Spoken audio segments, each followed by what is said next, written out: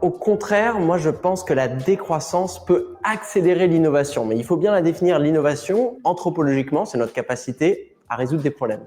Sauf qu'aujourd'hui, dans une économie capitaliste, on vient définir plein de problèmes qui n'ont pas lieu d'être. Par exemple, comment capturer l'attention des usagers quand ils sont dans le train pour leur donner envie d'aller acheter une nouvelle paire de chaussures, de faire un week-end à Marrakech ou bien d'aller manger des frites. Ça, c'est des problèmes dans un secteur en croissance qui est celui du marketing. Mais si l'on arrivait justement à faire décroître ce secteur, on libérerait des neurones disponibles, des heures de travail de personnes qui ont vraiment une créativité et un génie qui deviendraient disponibles pour travailler sur d'autres problèmes, par exemple dans la transition écologique. Et donc, macroéconomiquement, on pourrait s'attendre, après cette transformation, à avoir un surcroît d'éco-innovation, c'est-à-dire ces innovations qui vont nous permettre de faire baisser l'empreinte écologique.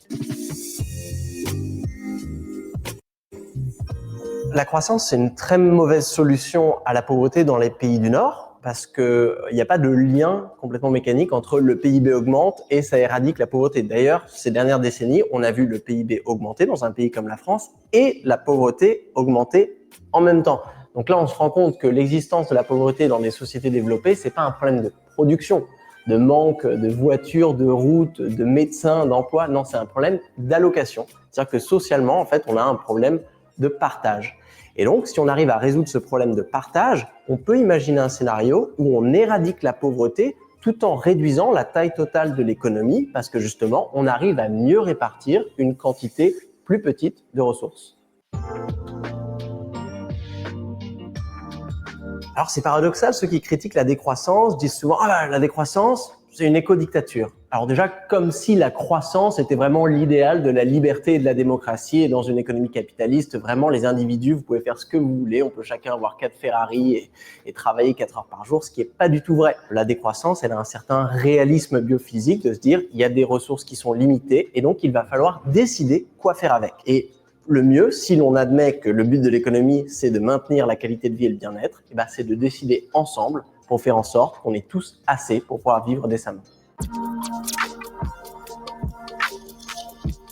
Certains vont dire que la décroissance est impossible parce que nous sommes fondamentalement égoïstes, nous aimons accumuler, voir vraiment les euros s'entasser sur notre compte en banque et ça, c'est écrit dans notre cerveau, dans nos gènes. Mais ce récit n'a aucune fondation scientifique dans la littérature. On voit bien que ça dépend des contextes. Au sein de votre famille et avec vos amis, vous allez être généreux, bénévolent, gentil. Ça va être une économie du don, de la réciprocité. Et d'un coup, vous allez vous retrouver dans un autre contexte et vous allez agir différemment. On se rend compte ici qu'il n'y a pas vraiment de nature humaine, c'est plutôt des comportements qui sont sociaux. Et si l'on vient modifier les institutions, le cadre légal de la production et de la consommation, on peut aussi modifier nos propres comportements et rendre des comportements de don et de réciprocité qui sont aujourd'hui impossibles, les rendre possibles dans des cadres au-delà de celui des amis et de la famille. Voilà, c'est très intéressant tout ça. On mettra le lien vers cette vidéo sur LinkedIn. Bonjour à ceux et à celles d'ailleurs qui nous suivent en ce moment sur LinkedIn. On prendra vos questions à un moment dans la soirée. Il y aura un moment pour ça. Et voilà, cette table ronde sera disponible ensuite en différé sur le compte Management du Sport Poitiers. Sport et décroissance, alors ces termes sont vraiment pas associés souvent, sont rarement associés. Pour la deuxième année consécutive, ils sont au cœur d'un événement grand public comme celui-ci, organisé par les étudiants du Master Management du Sport de Poitiers et par l'un de leurs enseignants particulièrement investis sur le sujet, Arnaud Sauroy. Je vous laisse la parole pour un petit mot d'introduction. Merci Romain. Je vais faire juste très rapide. D'abord, merci à tous ceux qui nous font confiance, qui prennent un peu de leur temps pour venir écouter et échanger, débattre avec nos intervenants. Évidemment, et en premier, merci à nos 4 intervenants qui viennent parfois d'assez loin en train. Je pense à Clotilde qui vient d'Allemagne, mais aussi un peu de Paris. Merci beaucoup à Jean-Jacques Gouguet qui vient de Limoges, c'est un voisin, mais vous allez avoir l'occasion de vous rendre compte de son expertise sur le sujet. Merci beaucoup à Nolwenn qui vient de Aix-Marseille. Et puis un merci particulier à Bastien, parce que c'est un ancien étudiant du Master Management du Sport de Poitiers et qui a eu une longue expérience dans le football professionnel et qui va témoigner aussi de cette expérience-là ce soir. L'objectif, il est double. Il est d'abord, évidemment, de vous permettre d'avancer sur ces sujets-là avec nous, tous ensemble, et puis aussi de créer 2 heures de ressources pédagogiques à travers une vidéo qu'on enregistre aujourd'hui, à travers les échanges qu'on va aussi avoir avec les gens sur le live, mais on aura un replay qui aussi sert de ressources pédagogiques pour la suite, pour les gens qui vont vouloir travailler sur ces sujets-là. On est au début de l'histoire, on en parlera, c'est peut-être déjà un peu tard, mais on est au début de l'histoire sur sport et décroissance. Il y aura sûrement beaucoup d'autres ressources au fur et à mesure. Je vais peut-être laisser juste la parole à Aurélien Pichon, notre doyen, remercier aussi STAPS Poitiers et l'Université de Poitiers de nous donner l'occasion de faire ce genre de rendez-vous, notamment à travers la mise à disposition d'une salle comme celle-ci, très connectée, qui nous permet de faire le live. Et avant de laisser la parole à Aurélien, remercier Enzo, Arthur, Sarah, Emma, Romuald et j'ai Abdel qui est au fond, qui sont les 6 étudiants de Master 1 Management du sport de Poitiers qui co-organisent cet événement. Donc voilà, je voulais les remercier dès le début. Aurélien, je te laisse la parole. Aurélien Pichon, directeur de la fac de STAPS de Poitiers. Merci beaucoup. Merci sincèrement Arnaud et aux étudiants de nous permettre d'organiser cet événement. Dans le cadre globalement des formations STAPS, c'est forcément un sujet qu'on va être amené à mettre sur la table, qu'on met aujourd'hui en réflexion à travers différents groupes de travail avec nos partenaires, la NEUSTAPS, l'association des étudiants en STAPS de France. On va essayer de construire des ressources à destination des étudiants. Je regarde mon VP patrimoine et DDRS. On va aussi avoir une obligation à la rentrée prochaine de mettre des formations sur la transition écologique au sein de l'université française. Donc, autant discuter maintenant de comment on forme nos étudiants pour faire un avenir meilleur. On le souhaite tous, j'imagine. Donc, merci à tout le monde et j'ai hâte d'entendre les échanges et les spécialistes sur ce sujet-là. Merci Aurélien Pichon. Ben voilà, on va lancer la soirée. Et c'est vrai que durant cette soirée, on va voir que le sport est à la fois victime, mais aussi coupable de ce toujours plus qui nous amène à nos problèmes de dérèglement climatique. C'est contre-intuitif, mais c'est un peu comme ça. Un tournant radical et indispensable. Reste à savoir si le mouvement sportif y est prêt à ce tournant. C'est la question de ce soir. Alors, une réflexion est engagée. On est au début de quelque chose en France, et puis avec cet événement notamment. Des athlètes, des organisateurs d'événements, marketeurs, économistes saisissent du sujet. Quel rôle d'influence positive le sport peut-il avoir au niveau international ou au niveau des associations locales? On va en parler aussi. Et alors, je présenterai un peu tous nos invités au fur et à mesure de la soirée, petit à petit. Mais on va commencer avec vous, Jean-Jacques Gouguet. Merci d'être là. Deuxième, en partant de la gauche. Ouais. Merci d'être là. Alors, vous êtes professeur émérite de l'Université de Limoges. Vous avez eu une première expérience dans un laboratoire de référence du CNRS en matière de droit et économie de l'environnement. Désormais, vous êtes membre du Centre de droit et d'économie du sport, toujours à Limoges. Vous étudiez l'impact des grands événements sportifs. Ça, c'est une de vos spécificités. Et vous êtes donc tout indiqué pour poser le sujet véritablement. Surtout que vous venez de lancer un appel à communication auprès de la communauté des chercheurs. Vous en parlerez sûrement. Appel à communication sur la soutenabilité des grands événements sportifs internationaux. On est en plein dans le sujet. Un événement se prépare en juin à Marcoussis là-dessus, mais vous allez en parler, j'en suis sûr. Jean-Jacques Gouguet, je vous laisse la parole. Sport et décroissance, ça vous inspire quelle réflexion?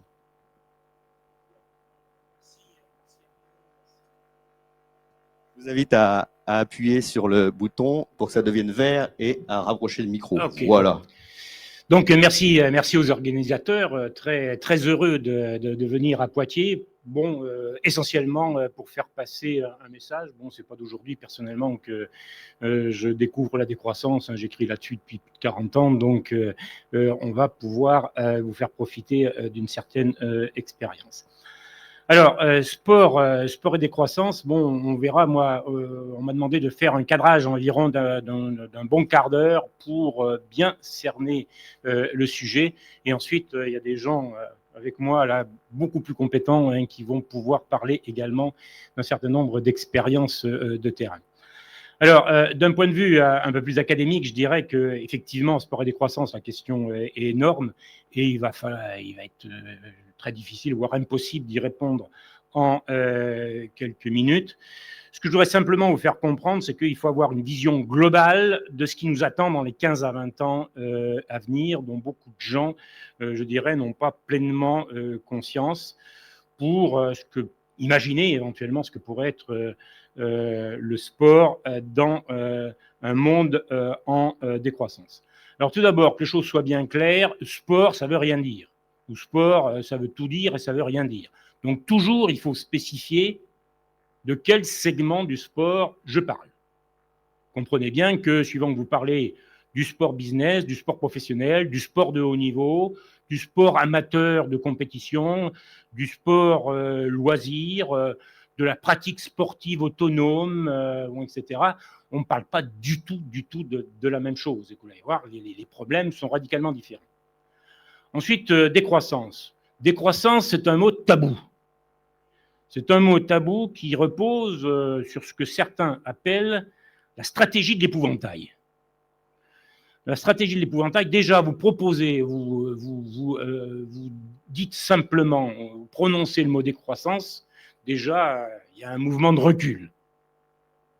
Mais surtout, la stratégie de l'épouvantail, ça consiste à caricaturer les propos de votre adversaire, c'est-à-dire qu'on vous dit la décroissance, ça serait le retour à l'âge de pierre, ça serait le retour à la bougie, à la caverne, à la rame, à la voile. Bon, ça va être la pauvreté, ça va être la récession. Bon, vous avez vu Paris, qui est déjà ce qu'il vous disait tout à l'heure. Bon, on va vous faire passer un autre son de cloche.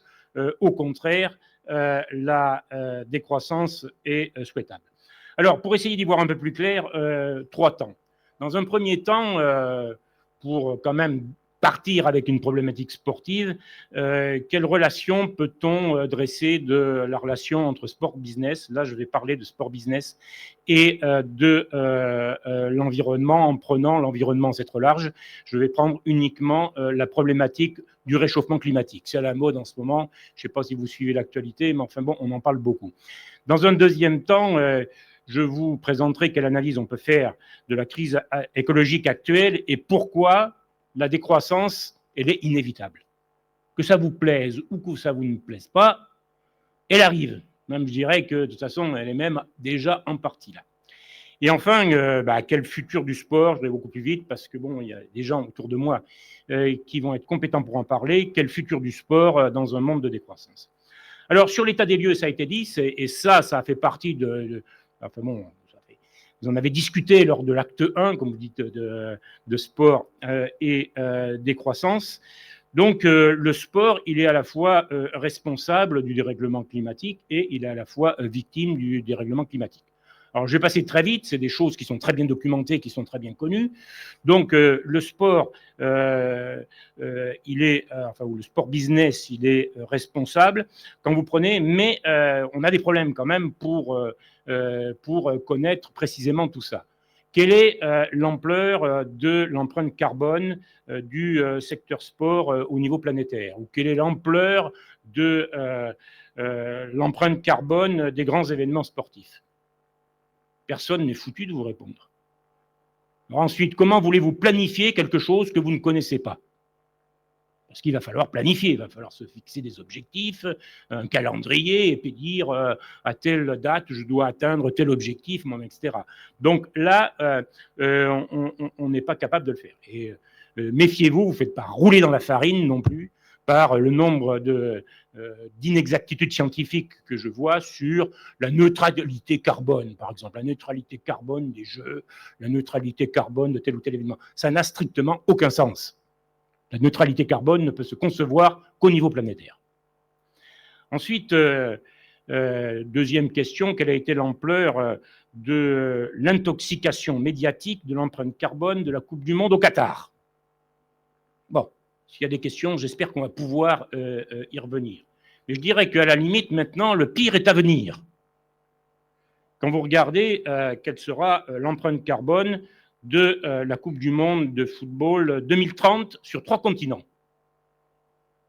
Étant entendu qu'il n'y avait pas que ça, c'est-à-dire les 3 continents, vous avez l'Afrique, l'Europe, et on a rajouté l'Amérique latine. Donc on a rajouté l'Amérique latine, Uruguay, Paraguay, enfin bon, Argentine. Pourquoi? Parce que le fait de rajouter l'Amérique latine, d'avoir 3 continents, avec le jeu de l'alternance des continents, ça laissait un boulevard À qui? À l'Arabie Saoudite, qui immédiatement donc s'est portée candidate pour organiser la Coupe du Monde de football en 2034. Sans parler de l'organisation des Jeux asiatiques d'hiver 2029 qu'on a concédé à qui? À l'Arabie Saoudite. Mais qu'est-ce que ces gens ont dans la tête, on sent? Moi, je ne comprends pas ça, mais je ne comprends pas non plus qu'il n'y ait pas plus de réaction, surtout après le Qatar. Enfin, bon, on va peut-être reparler tout à l'heure, si vous voulez, hein, d'une analyse coût-bénéfice de la Coupe du Monde au Qatar. Bon, il y a des gens qui peuvent en parler peut-être plus savamment que moi encore, mais enfin, bon, voilà. Donc, il y a un niveau de responsabilité. Ensuite, le sport, il est également victime du réchauffement climatique, le sport business. Donc, les dossiers sont connus, les sports d'hiver. Bon, si vous allez lire je vais faire un peu de pub pour ma boutique, enfin bon, Jurisport, donc vous trouverez le signalement du dernier rapport de la Cour des comptes sur le devenir des stations d'hiver et également un article que j'ai coécrit sur le devenir des Jeux Olympiques, enfin bon, ou même la candidature française aux Jeux Olympiques d'hiver de 2030. Bon, quant au reste, vous le savez, bon, les vagues de chaleur, bon, ça va avant. Alors, qu'est-ce qu'on fait, hein, bon, où sera-t-on capable d'organiser un marathon en 2080, hein, bon, la sécheresse, bon, pour tous ceux qui sont dans les sports d'eau, bon, avec la baisse de débit des rivières, les méga-feux, les tempêtes, la remontée du niveau de la mer, enfin bon, tout ça est parfaitement documenté. Donc, ça pose une question, hein, pourra en débattre tout à l'heure, mais pourra-t-on organiser toujours des grands événements sportifs internationaux dans une quinzaine d'années? C'est une vraie question quand on regarde donc quelle est la nature enfin, et l'ampleur de l'empreinte carbone en particulier. Et peut-être deuxième question, mais ça c'est pour mettre un peu de sel, enfin bon, sur ça, bon, va-t-on assister ou non au début de remise en cause des contrats de sponsoring en milieu sportif par les plus gros pollueurs de la planète? Ce qui est une vraie question. Total, Coca-Cola, bon, Emirates, Qatar Airlines, enfin bon, enfin, on pourrait dérouler. Est-ce que ça peut continuer?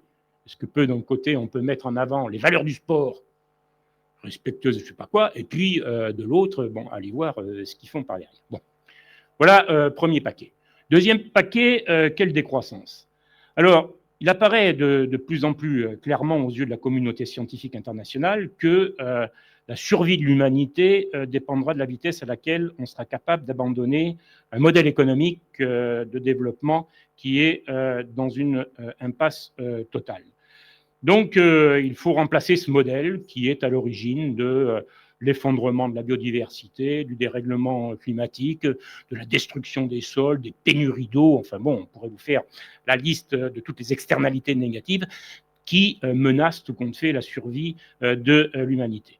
Alors, face à ça, vous avez deux voies alternatives qui sont envisagées aujourd'hui, mais auxquelles on peut rajouter une troisième voie, comme toujours. Donc, une voie réformiste, une voie radicale et une voie intermédiaire qu'on vous appelle maintenant la transition. Transition énergétique ou transition écologique. Bon, on va voir. Alors, sur la voie réformiste, c'est ce que disait Parik tout à l'heure, bon, on considère fondamentalement que on peut tout solutionner, on peut solutionner tous les problèmes dont je viens de vous parler grâce au progrès technologique, sans remettre en cause fondamentalement les fondements du productivisme. Alors, ça a donné naissance à des stratégies structurées, les appellations, là, au gré, hein, c'est comme vous voulez, du développement durable, comme si le développement pouvait être durable. Enfin bon, oui, de la croissance verte, de la sobriété, de la compensation, de la résilience, mais pas trop, mais enfin bon. Donc, il serait possible, l'expression n'est pas de moi, hein, c'est d'un institutionnaliste américain la fin du 19e, début 20e, il serait possible d'inventer, ça me fait toujours rire ça, un capitalisme raisonnable. Non, mais est-ce que vous vous rendez compte, enfin bon, ce qu'on arrive à vendre, même à un niveau intellectuel, enfin bon, comme oxymore. Un capitalisme raisonnable. Donc, tout ceci, pour moi, n'est que oxymore et greenwashing. Hein. J'espère qu'on pourra reparler du greenwashing. Hein. On peint toujours en vert, hein, ce qu'on ne veut pas, effectivement, pour cacher ce qu'on ne veut pas que vous voyez. Donc, vous voyez, on est en face, pour moi, une machine infernale qui nous amène droit dans le mur. Le capitalisme, on le sait, détruit des ressources naturelles, des écosystèmes. Alors, ça justifie la création de nouveaux marchés pour lutter contre ce qu'on vient de détruire, etc., etc. D'où, bon, eh bien, on vous promet, grâce à la technique de la décarbonation, du stockage de CO2, de la géo-ingénierie. Je ne sais pas si vous êtes allé foutre le nez dans la géo-ingénierie, hein, dans les rapports du GIEC en particulier. Mais donc, c'est toujours ceci qui revient. La technique aura réponse à tout. Et donc, c'est la raison pour laquelle, à mon sens, il est très difficile d'aller à l'encontre de ce genre de discours messianique sur un avenir radieux grâce à des technologies révolutionnaires. Et méfiez-vous, peut-être que le pire là-dedans, c'est ce qu'on appelle la convergence des technologies. Convergence des technologies, c'est-à-dire NBIC, nanotechnologie, biologie de synthèse, information, donc là c'est tout ce qui est en ce moment l'intelligence artificielle, et c'est sciences cognitives, et qui ont donné naissance à des doctrines très dangereuses. D'une part, le transhumanisme donc l'homme augmenté, et ensuite le posthumanisme. On va encore beaucoup plus loin, avec la génétique en particulier, où là, on vous promet l'immortalité. Le titre d'un bouquin, hein, donnez cela, La mort de la mort. Donc, faites attention à cette fuite en avant, quand même, dans la technique, où on vous promet, même avec des technologies qui n'existent pas encore, que vous allez pouvoir continuer à faire comme vous avez fait jusqu'à maintenant, et que, etc., etc. Bon, tout ceci va avoir des limites, et c'est ça dont va s'occuper le courant de la décroissance. Alors, la décroissance, hein, cette voie que je qualifie de radicale, elle met en avant le fait que c'est le capitalisme qui détruit la planète, qui menace la survie de l'humanité, et donc la seule solution pour rendre la Terre habitable, eh bien, c'est de sortir du capitalisme et de sa logique de profit. C'est donc ce que revendique fondamentalement le courant de la décroissance. Donc, trois questions. Une première question, c'est une question de définition. Qu'est-ce que c'est que la décroissance? Donc, il faut appeler un chat, bon, etc. Fondamentalement, la décroissance, c'est de l'anticapitalisme, ou de l'antiproductivisme, ou de l'anti-extractivisme, enfin, vous avez tout plein de ismes, etc. Mais fondamentalement, c'est de l'anticapitalisme ou de l'anti-économisme. Moi, ça fait très longtemps que je baigne dans l'anti-économisme primaire. Donc, s'il y a des questions, on verra de quand date cette hégémonie de l'économie sur la vie sociale. Moi, je le fais remonter personnellement au XIIIe siècle. C'est-à-dire que c'est à partir de là qu'on va vous imposer une règle du jeu qui est l'efficacité, la compétitivité, le rendement, la productivité, etc. Donc, c'est une vision productiviste de l'histoire. Donc, c'est de ça qu'il va falloir sortir, de cette hégémonie de l'économique. Ensuite, la théorie. La théorie, s'il y a des questions, on verra, parce que c'est quand même un peu compliqué, mais fondamentalement, ce qu'on a cherché à théoriser au niveau de la décroissance, c'est les limites terrestres. Vous connaissez cette blague de Kenneth Boulding, croire que une croissance infinie dans un monde fini est possible, il faut être soit un fou, soit un économiste. Donc, effectivement, vous ne pouvez pas avoir une croissance infinie dans un monde fini. Donc, il faut repartir, c'est un peu compliqué, enfin, encore une fois, s'il y a des questions, j'essaierai d'y répondre simplement. Il faut repartir des lois de la thermodynamique, il faut repartir des lois physiques, si vous voulez, ce n'est pas l'économique qui va vous donner la règle.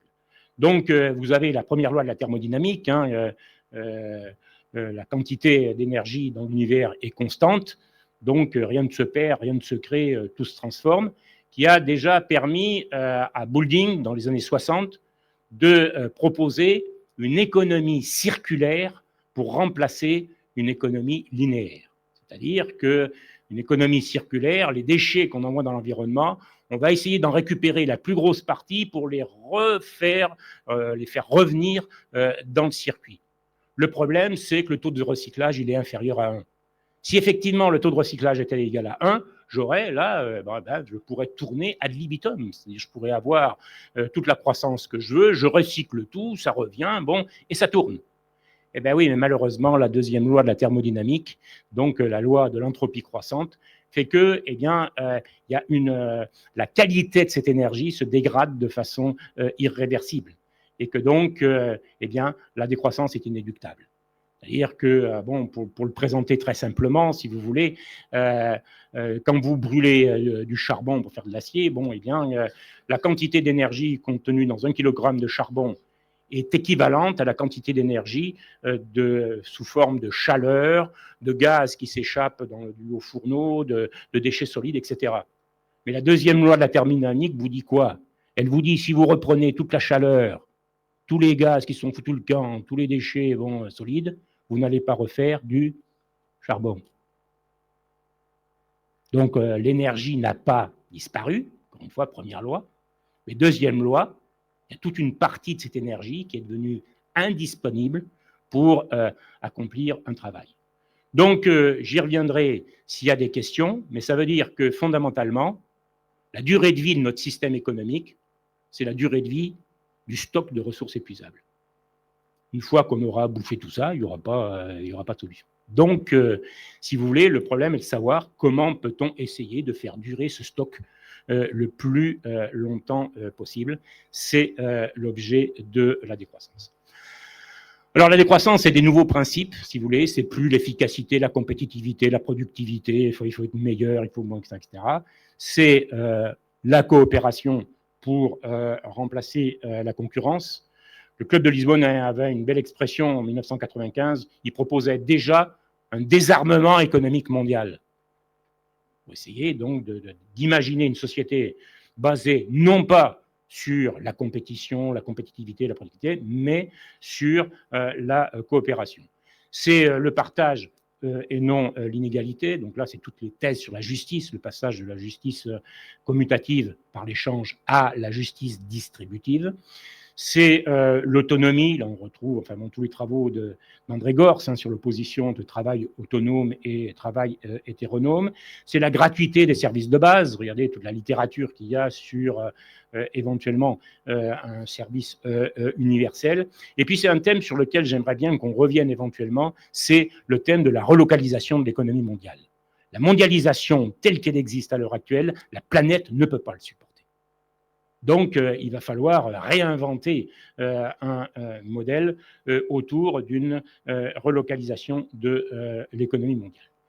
Donc, entre ces deux extrêmes, la voie réformiste et la voie radicale, on vous propose en ce moment, vous avez tout un discours et un certain nombre de travaux autour de la transition écologique, la transition énergétique. Là, je poserai simplement 2 questions très rapidement. Première question, faut-il jouer l'atténuation ou faut-il jouer l'adaptation? Donc ça, c'est d'hyper-actualité. Allez voir, lundi est sorti le rapport de l'Agence européenne de l'environnement et aujourd'hui même sort le rapport de la Cour des comptes sur justement que peut-on faire face au réchauffement climatique. Et la bagarre, c'est faut-il s'adapter ou faut-il atténuer? C'est-à-dire, faut-il réduire les émissions de gaz à effet de serre, et en particulier donc sortir le plus rapidement possible des fossiles, ou faut-il s'adapter, puisque le réchauffement est déjà là, faut-il donc s'adapter à la chose? Alors ça, bon, moi, j'ai ma vision. Moi, je suis pour, personnellement, l'atténuation, mais il est bien évident qu'à l'heure actuelle, la plupart des gouvernements vont chercher à jouer l'adaptation. Alors faites bien attention parce que bon, plus l'adaptation, enfin bon, plus on avance, plus l'adaptation coûte cher. Plus l'adaptation coûte cher, moins on en met sur l'atténuation. Moins on atténue, plus ça va coûter cher, donc plus l'adaptation, etc. Vous avez un cercle vicieux qui est en train de se mettre en place. Et enfin, ensuite, bon, quelle priorité ça veut dire? Donc, par quoi commence-t-on pour faire cette transition? Donc là, vous avez des beaux travaux hein, sur quelle énergie, c'est-à-dire à quelle vitesse sortons des fossiles, sur l'agriculture, à quelle vitesse sortons de la chimie. Alors, s'il y a des questions, alors là sur l'agriculture, c'est quelque chose que j'ai pas mal travaillé, mais certainement que c'est le secteur le plus destructeur qu'on ait jamais inventé. Et donc, il n'y aura pas de solution, même par exemple au problème de l'eau, qui est un problème majeur, si on ne change pas de modèle agricole. Le problème, c'est qu'on en a les moyens. Non seulement on en a les moyens, mais je dirais, il y a l'agroécologie, hein, ça ne sort pas, bon, etc., mais ça existe. L'alternative est tout à fait possible techniquement. Alors pourquoi ne le fait-on pas? Ça va faire partie éventuellement du débat. Pareil au niveau de la métropolisation, regardez un peu hein, la ville de demain, enfin bon, au niveau de la lutte contre l'artificialisation, la lutte contre l'étalement, etc. Bon, mais comment va-t-on résister au réchauffement dans des grandes villes bétonisées? Et au niveau des transports, quelle vitesse vont de la remise en cause de la mobilité généralisée? Ça aussi, hein, ça va nous interpeller par rapport à l'organisation des grands événements sportifs.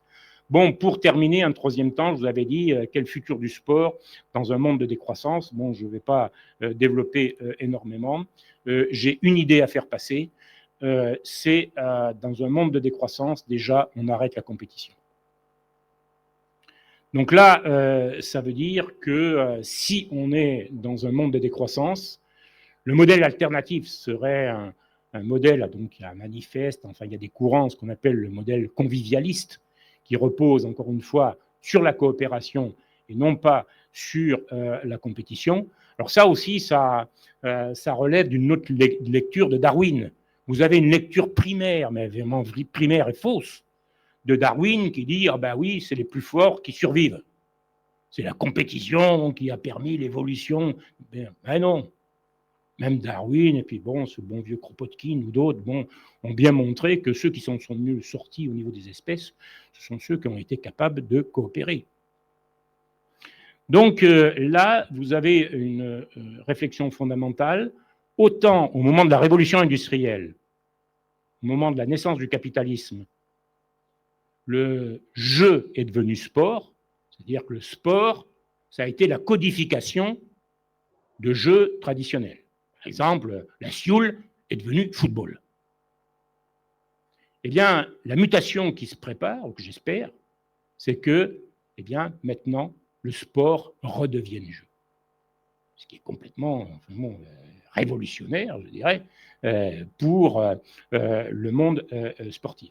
Mais j'ai écrit un essai là-dessus, La société dopée, qui a fait un flop du reste, pourtant, c'était dans des grandes éditions, parce que c'est paru au Seuil, mais ça a fait un flop total, parce que, bon, personne ne veut parler de ça. La thèse de l'essai, c'est simplement de dire que tant qu'il y aura de la compétition, bon, il y aura du dopage. Et que si on ne veut plus de dopage, il faut arrêter la compétition. Et donc, ça donnerait naissance à quoi? Eh bien, ça donnerait naissance à autre chose, hein, plutôt que le spectacle sportif, hein, bon, eh bien, à des pratiques sportives de masse qui remplissent des fonctions sociales, hein, c'est-à-dire que le sport, hein, c'est de la cohésion sociale, c'est de la santé publique, c'est du respect de l'environnement, c'est du bien vivre ensemble, etc. Mais ce qui nécessiterait également une véritable révolution dans la gouvernance du sport. Bon, voilà. Il faudra peut-être une autre conférence pour traiter tout ça. Voilà, pour lancer le débat, j'espère que ça permettra de poser un certain nombre de questions. Ça a été volontairement provocateur pour à nouveau nous faire provoquer. Voilà, merci. Merci pour ce cadrage. Merci pour ce cadrage nécessaire et l'idée est lancée. Stop à la compétition, ça c'est quelque chose que évidemment sur lesquels on va pouvoir rebondir tout à l'heure. Clotilde Sauvage, à nous.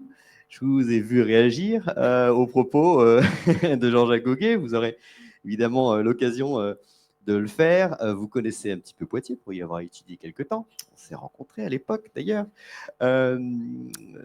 C'était pas en management du sport, mais bon, on en reparlera. Vous êtes championne de France de tumbling, gymnastique acrobatique. Mais vous êtes aussi créatrice d'un podcast qui s'appelle Vent debout et qui comporte des témoignages très inspirants que j'aime beaucoup. Je conseille à tout le monde de l'écouter parce qu'il est top. Et il est sous-titré « Le sport et politique ».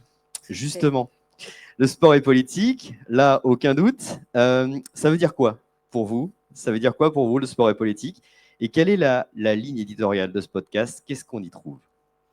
Oui, et déjà bonsoir à toutes et tous. Alors, j'ai pas la même gouaille que Jean-Jacques, mais je vais essayer de parler fort quand même. On va tenter. Le sport et politique, oui, pour nous, c'était vraiment une baseline qui était assez essentielle pour ce podcast. Parce qu'on parle souvent de sport comme, on n'en parle jamais vraiment comme une industrie, on en parle souvent comme un divertissement, notamment dans les médias. Les récits qui sont véhiculés autour de sport tendent rarement finalement à politiser ce sujet. Et on a eu une prise de parole de notre président de la République assez éloquente qui avait dit, voilà, il ne faut pas politiser le sport pendant la Coupe du Monde au Qatar. Je ne sais pas si vous vous en rappelez, moi je me rappelle et ça m'avait un petit peu ennuyé. Et du coup, on a voulu sous-titrer ce podcast pour faire rappel à ça. Parce que en fait, le fait de ne pas politiser le sport, c'est faire reposer la transformation du sport sur les épaules individuelles. C'est considérer qu'en fait, ce n'est pas un sujet de société, que ça ne nous concerne pas tous à l'échelle collective. Or, en fait, à partir du moment où on politise un sujet, c'est le fait de réfléchir collectivement, c'est le fait de s'interroger comme ce soir, en mettant un sujet sur la table et en disant, voilà, en fait, est-ce qu'on peut débattre d'idées de transformation du sport parce que ça nous concerne tous, qu'on soit étudiant, qu'on soit dirigeant de clubs sportifs ou athlète pratiquant. Et donc voilà, pour nous, c'était vraiment essentiel cette baseline, donc, parce que le sport aussi est politique. Et le aussi est aussi important, c'est que récemment, il y a eu beaucoup de travaux dans la société qui justement essaient de repolitiser un certain nombre de sujets. Et donc nous, c'était vraiment de s'inscrire dans cette démarche-là, de repolitiser. On a pu le voir notamment dans les courants féministes, l'importance de repolitiser le corps et l'intime. Et donc voilà, nous, on voulait vraiment s'inscrire dans toutes ces démarches qui visent à remettre du collectif là où en fait on a essayé de faire reposer les changements sur les épaules de quelques individus de manière isolée. Ce podcast sert aussi à montrer l'exemple finalement à d'autres en quelque sorte. Montrer que les actions individuelles ont des répercussions sur collectives, quelque part, et qu'un autre monde est possible, finalement. Oui, justement, je reviens un petit peu sur pourquoi, en fait, pour moi, cet intitulé aussi, Sport et décroissance, c'est intéressant. C'est que la décroissance, Jean-Jacques l'a très bien expliqué, et on l'a pu le voir aussi également avec la vidéo de Timothée Paric, on parle de capitalisme, d'économie. La croissance, c'est vraiment l'absence de limites. Et finalement, quand on s'intéresse un petit peu à l'histoire du sport, le sport, c'est ça, finalement. C'est un petit peu comment on essaie un petit peu de battre toujours des records, de ne pas se mettre de limites. Et donc, on voit que dans les imaginaires, dans ce que, en fait, on projette quand on pense au sport, finalement, il y a quand même beaucoup de liens entre cette notion économique de la croissance et les imaginaires qu'on véhicule à travers nos performances sportives, à travers, en fait, tout ce qui est produit médiatiquement autour du sport. Et donc pour nous, avec Vent debout, c'était un petit peu de renverser la table et de dire comment on peut parler de sport autrement et comment on va raconter des histoires qui non pas inventent le sport de demain, parce qu'en fait il est déjà là, il y a déjà plein de gens qui font des choses incroyables. Et donc là c'était plutôt de dire finalement, et si on allait tendre le micro à ces personnes pour entendre un autre son de cloche et donner un autre discours, parce que en tout cas moi c'est une de mes convictions profondes, cette transformation qu'on appelle de nos voeux, ça passera par le fait de changer les imaginaires qu'on a sur la société. C'est vraiment les livres, les récits, les podcasts, la radio, et c'est tout ça en fait qui va influencer aussi. C'est vraiment une transformation culturelle qui est à l'œuvre. Et donc moi, avec ce podcast, en tout cas, on est deux avec Sylvain Palais, on s'inscrit vraiment dans cette démarche d'essayer de changer les récits que l'on raconte sur le sport. À quel moment vous avez pris conscience que le sport n'allait pas dans le bon sens sur notre planète limitée? J'ai pas eu un déclic particulier. Moi, avant de lancer ce podcast, en fait, j'ai évolué dans des milieux plutôt militants qui cherchaient en fait à faire, on va dire, le contraire du lobbying. Nous, on poussait auprès des institutions et des organes de pouvoir pour justement travailler à cette question d'une société qui serait plus égalitaire, avec plus de justice sociale et écologique. Et donc, ça a été vraiment on va dire, une prise de conscience progressive, des rencontres, des lectures. Par contre, là où j'ai eu vraiment envie de poser la question dans le sport, j'ai l'impression que mon micro... Ça va ? Ok. On vous entend bien. Très bien. Là où j'ai eu une prise de conscience, ça a été dans ma pratique, ça a été très personnel. Vous avez évoqué mon premier sport que j'ai pratiqué à des niveaux national et un petit peu international. J'en ai fait un deuxième, dont je parle pas beaucoup, c'est le wakeboard. Alors pour ceux qui ne connaissent pas le wakeboard, c'est globalement la même chose que mon premier sport, c'est-à-dire faire des saltos, mais derrière un bateau, sur l'eau, avec une planche de snowboard. Ce qui est le sport, je l'adore ce sport, vraiment, vous me mettez sur une planche, j'ai la banane, je suis à fond, sauf qu'en fait c'est un sport qui socialement est un sport de privilégié, plus, et où on est quand même tiré par un bateau qui consomme des énergies fossiles, dans un monde où en fait il faut réduire les énergies fossiles, et donc en fait il pose plein de questions d'un point de vue environnemental. Et donc moi j'ai été confrontée à ça de manière frontale en me disant de manière individuelle j'ai fait beaucoup de renoncements. De manière collective, j'ai agi aussi dans ma profession justement à plein pour essayer de politiser certains sujets, mais ça reste mon angle mort. Alors, il n'est pas complètement mort parce que j'en ai conscience que je continue une année de plus. Mais à un moment, pour moi, ça a été vraiment ce moment de dire je ne dois pas être la seule à vivre ça. Et donc après, chacun, avec ses alignements, et va avoir un cheminement qui est le sien. Moi, mon cheminement a été de renoncer, d'arrêter. Mais voilà. En tout cas, ça a été vraiment ce qui m'a donné envie de mettre ce sujet du sport et justement des nouveaux récits et comment on invente un sport qui ne nous oblige pas à faire en fait ces choix un petit peu cornéliens. Et vous avez rencontré beaucoup de gens, beaucoup de monde pour ce podcast et aussi pour le reste de vos activités. Est-ce que vous avez le souvenir d'une rencontre qui vous a particulièrement marqué, qui est dans le thème d'aujourd'hui, de ce thème qui marque la décroissance? Alors, pas dans le podcast. Sur le sujet de la décroissance, je vais vous parler d'un livre qui a été écrit par un économiste, Emmanuel Docès, qui s'appelle « Voyage en misarchie ». Et qui a été la première fois où justement j'ai été confrontée à cette décroissance comme quelque chose d'enviable, comme quelque chose en fait qui nous donne envie d'y être. Parce que, et justement, Jean-Jacques l'a évoqué, on voit souvent la décroissance comme quelque chose d'assez pessimiste, où justement on nous traite un peu de zadistes ou de personnes qui veulent revenir à l'âge de pierre. Et là, en fait, en lisant ce livre, c'était vraiment la première fois où je me dis mais on y va quand en fait, ça a l'air absolument génial. Et donc oui, ça a été ma première touche. Et en fait, plus on creuse le sujet et plus on se rend compte qu'il y en a beaucoup des récits qui ont déjà écrit. Alors il en manque énormément, mais il y en a quelques-uns qui sont déjà là. On nous reproche souvent de dire mais en fait c'est pas enthousiasmant, il faut que vous la rendiez punk, il faut que vous la rendiez drôle, la décroissance, parce que sinon en fait vous embarquez personne. Oui, certes, mais il y a déjà des choses qui existent. Et donc il n'y a pas besoin toujours d'être non plus dans la surenchère. Sur votre podcast, il y a des témoignages très inspirants qui montrent que c'est possible, effectivement, que c'est pas forcément un renoncement, comme on l'a dit. Merci d'être là. Merci.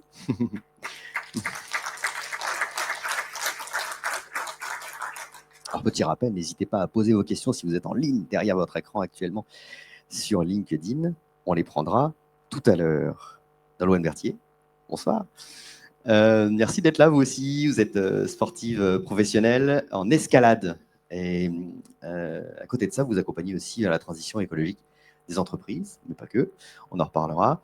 Vous êtes diplômé dans le domaine des énergies. Vous avez créé votre auto-entreprise. On y reviendra. Vous êtes venu de Marseille, vous, en train. Tous vos déplacements sont particulièrement réfléchis, vous, hein, évidemment.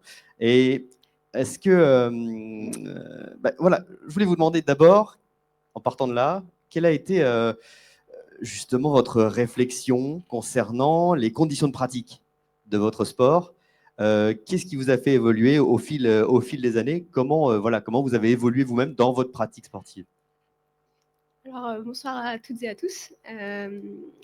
Moi, ma réflexion, elle a avancé progressivement, un peu comme Clotilde, je pense, dans le sens où je ne me suis pas réveillée un jour en me disant il faut changer le monde. J'ai eu un parcours où moi j'ai commencé l'escalade par la compétition. En parallèle de ça, j'ai fait des études d'ingénieur en énergie et environnement. Et je pense que cette brique étude a été peut-être la première pierre dans ma prise de conscience écologique. Et suite à ces études, je ne me sentais pas vraiment de faire un métier classique d'ingénieur.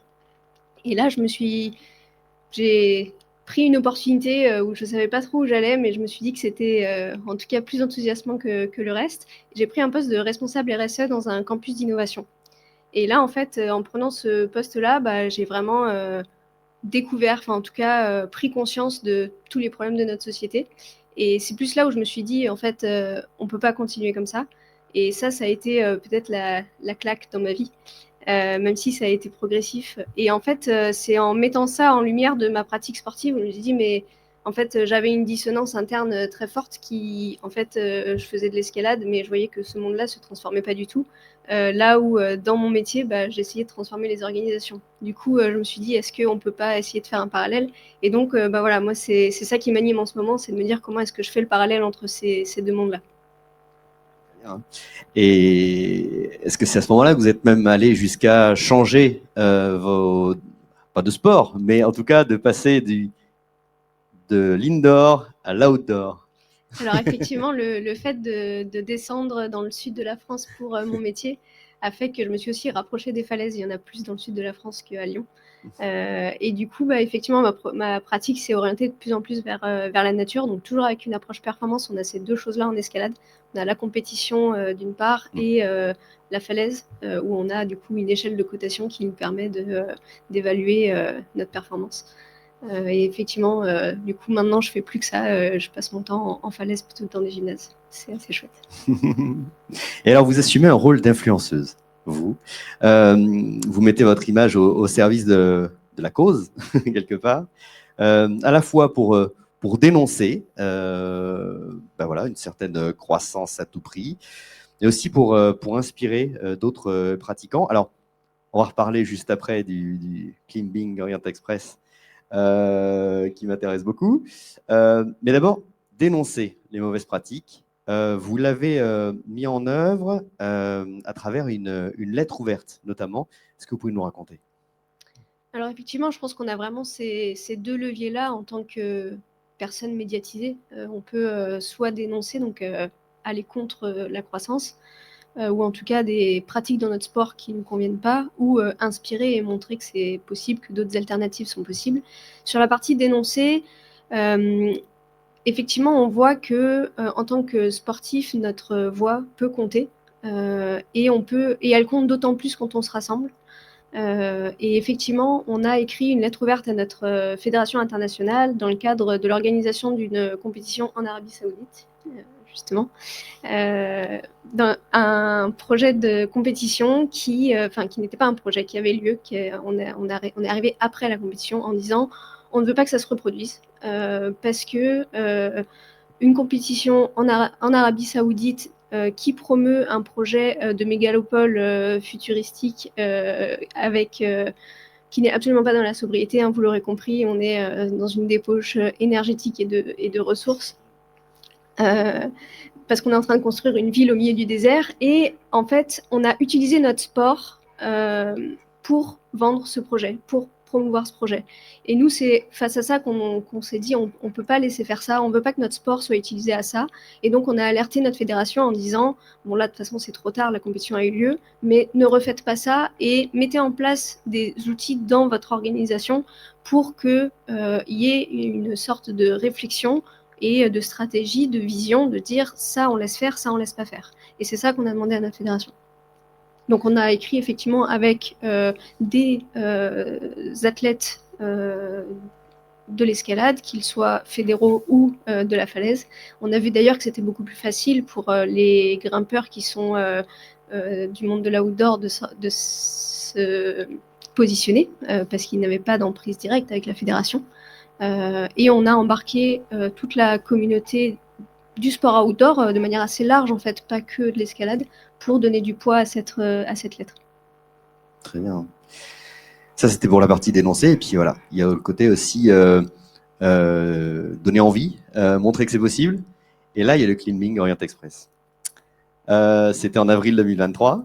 Ouais. C'était un voyage de Marseille à Antalya, en Turquie, pour pratiquer votre sport, mais pas en avion. C'est un bon exemple. Je pense qu'il faut le présenter. Quelle a été votre démarche exactement en faisant ça? Alors, ma démarche a été de me dire, aujourd'hui, la performance en escalade, on parle beaucoup de aller à l'autre bout de la planète pour réaliser telle ou telle voie. Moi, j'ai pas du tout envie de m'inscrire là-dedans. Et je me suis dit, quelles sont mes alternatives? Du coup, j'avais effectivement cette envie d'aller grimper en Turquie, ça aurait pu être ailleurs. Et je me suis dit, bah ok, est-ce qu'il y a d'autres moyens possibles pour aller en Turquie aujourd'hui? Et en discutant, etc., je suis tombée sur l'Orient Express, qu'on connaît tous en fait. Et je me suis dit, bah, est-ce que ce train existe encore? Est-ce que c'est possible d'aller en Turquie via l'Orient Express? Alors, il se trouve que l'Orient Express, le train direct qui faisait Paris-Istanbul, n'existe plus. Mais par contre, on peut prendre tout un tas de correspondances pour prendre le même trajet et arriver du coup, alors pas jusqu'à Antalya, un tout petit peu avant à Konya, qui est la dernière station de train en fait, qui est là-bas. Et du coup, on a fait cette aventure avec du coup 2 amis, ce qui nous a valu tout un tas de galères, comme vous pouvez vous en douter, mais surtout plein de bons souvenirs. Et du coup, c'est vrai que moi, ce que je retiens de cette expérience, c'est de déjà me dire que c'est possible, qu'en fait, des alternatives, il peut y en avoir parfois. Et que en fait, c'est hyper enrichissant, dans le sens où, pour moi, ça a été une véritable opportunité de me reconnecter à l'essentiel, c'est-à-dire aux autres, parce que déjà, c'était une aventure en équipe et on a vécu quelque chose de formidable ensemble. Notamment par ces galères, mais pas que, de se reconnecter aussi à l'environnement au temps long. Et ça, c'est quelque chose qui est important dans notre société où on prône le toujours plus vite au quotidien. Et aussi à soi, parce que ça, c'est, je trouve, le sport de manière générale, mais c'est un moyen de se reconnecter aussi à nos émotions. Et c'est vrai que voilà, c'était un mélange de tout ça, quoi. Faut peut-être 3 heures pour y aller en avion. Là, vous avez mis combien de temps? On a mis 5 jours. Mais en fait, ce qui est rigolo, c'est que souvent, quand je dis 5 jours, je me dis non, on n'a pas vraiment mis 5 jours. Mais si on a mis 5 jours, c'est juste que dans le ressenti, ça faisait plutôt comme une grande journée. Et même si on s'est arrêté, etc., voilà, on a visité des villes comme Budapest, comme Istanbul. Donc, on a en fait appris bien plus que si on était allé du point A au point B juste en avion, quoi. Le voyage faisait partie de l'aventure, quoi, finalement. Tout à fait. Oui, tout à fait, d'accord. On sait qu'en termes d'influence, voilà, les athlètes prennent position de plus en plus. On a une demi-fondeuse britannique, Inès Fitzgerald, à 17 ans, qui a fait l'impasse en février dernier sur les mondiaux de cross organisés en Australie. Une jeune surfeuse française, Eona Letseaga, je regarde Arnaud parce que c'est lui qui m'en a parlé, et qui a refusé cette année d'aller en Outre-mer pour participer aux épreuves nationales de sa discipline. Puis dès 2020, le Français Xavier Thévenard, triple vainqueur de l'Ultra-Trail du Mont-Blanc, a décidé de ne plus monter dans les vols long courrier. Et vous pouvez l'entendre dans le premier épisode de Vent debout, parce que Clotilde l'a interviewé. Mais alors, Nolwenn, je reviens vers vous à titre personnel. Il y a sûrement des lieux à l'autre bout du monde où vous aimeriez pratiquer l'escalade. Est-ce que vous y avez totalement renoncé ou pas? J'ai pas totalement renoncé. D'une part, je pense parce que ça fait partie de mon éducation, de rêver d'ailleurs. Et ça, c'est pas facile de lutter contre ça. Et aussi parce que je me dis qu'il y a peut-être d'autres moyens de l'envisager. Par exemple, oui, il y a des endroits incroyables où je me dis peut-être que je peux organiser un voyage sur 1 an, 2 ans où j'irai en voilier et que ça permet de concilier voilà, tous les paramètres, quoi. Le changement est nécessaire et il peut être vécu de façon très positive quand on vous entend. Et ça, c'est top. On reparlera du sponsoring aussi avec vous. Une question très importante. Merci d'être là, en tout cas. Merci.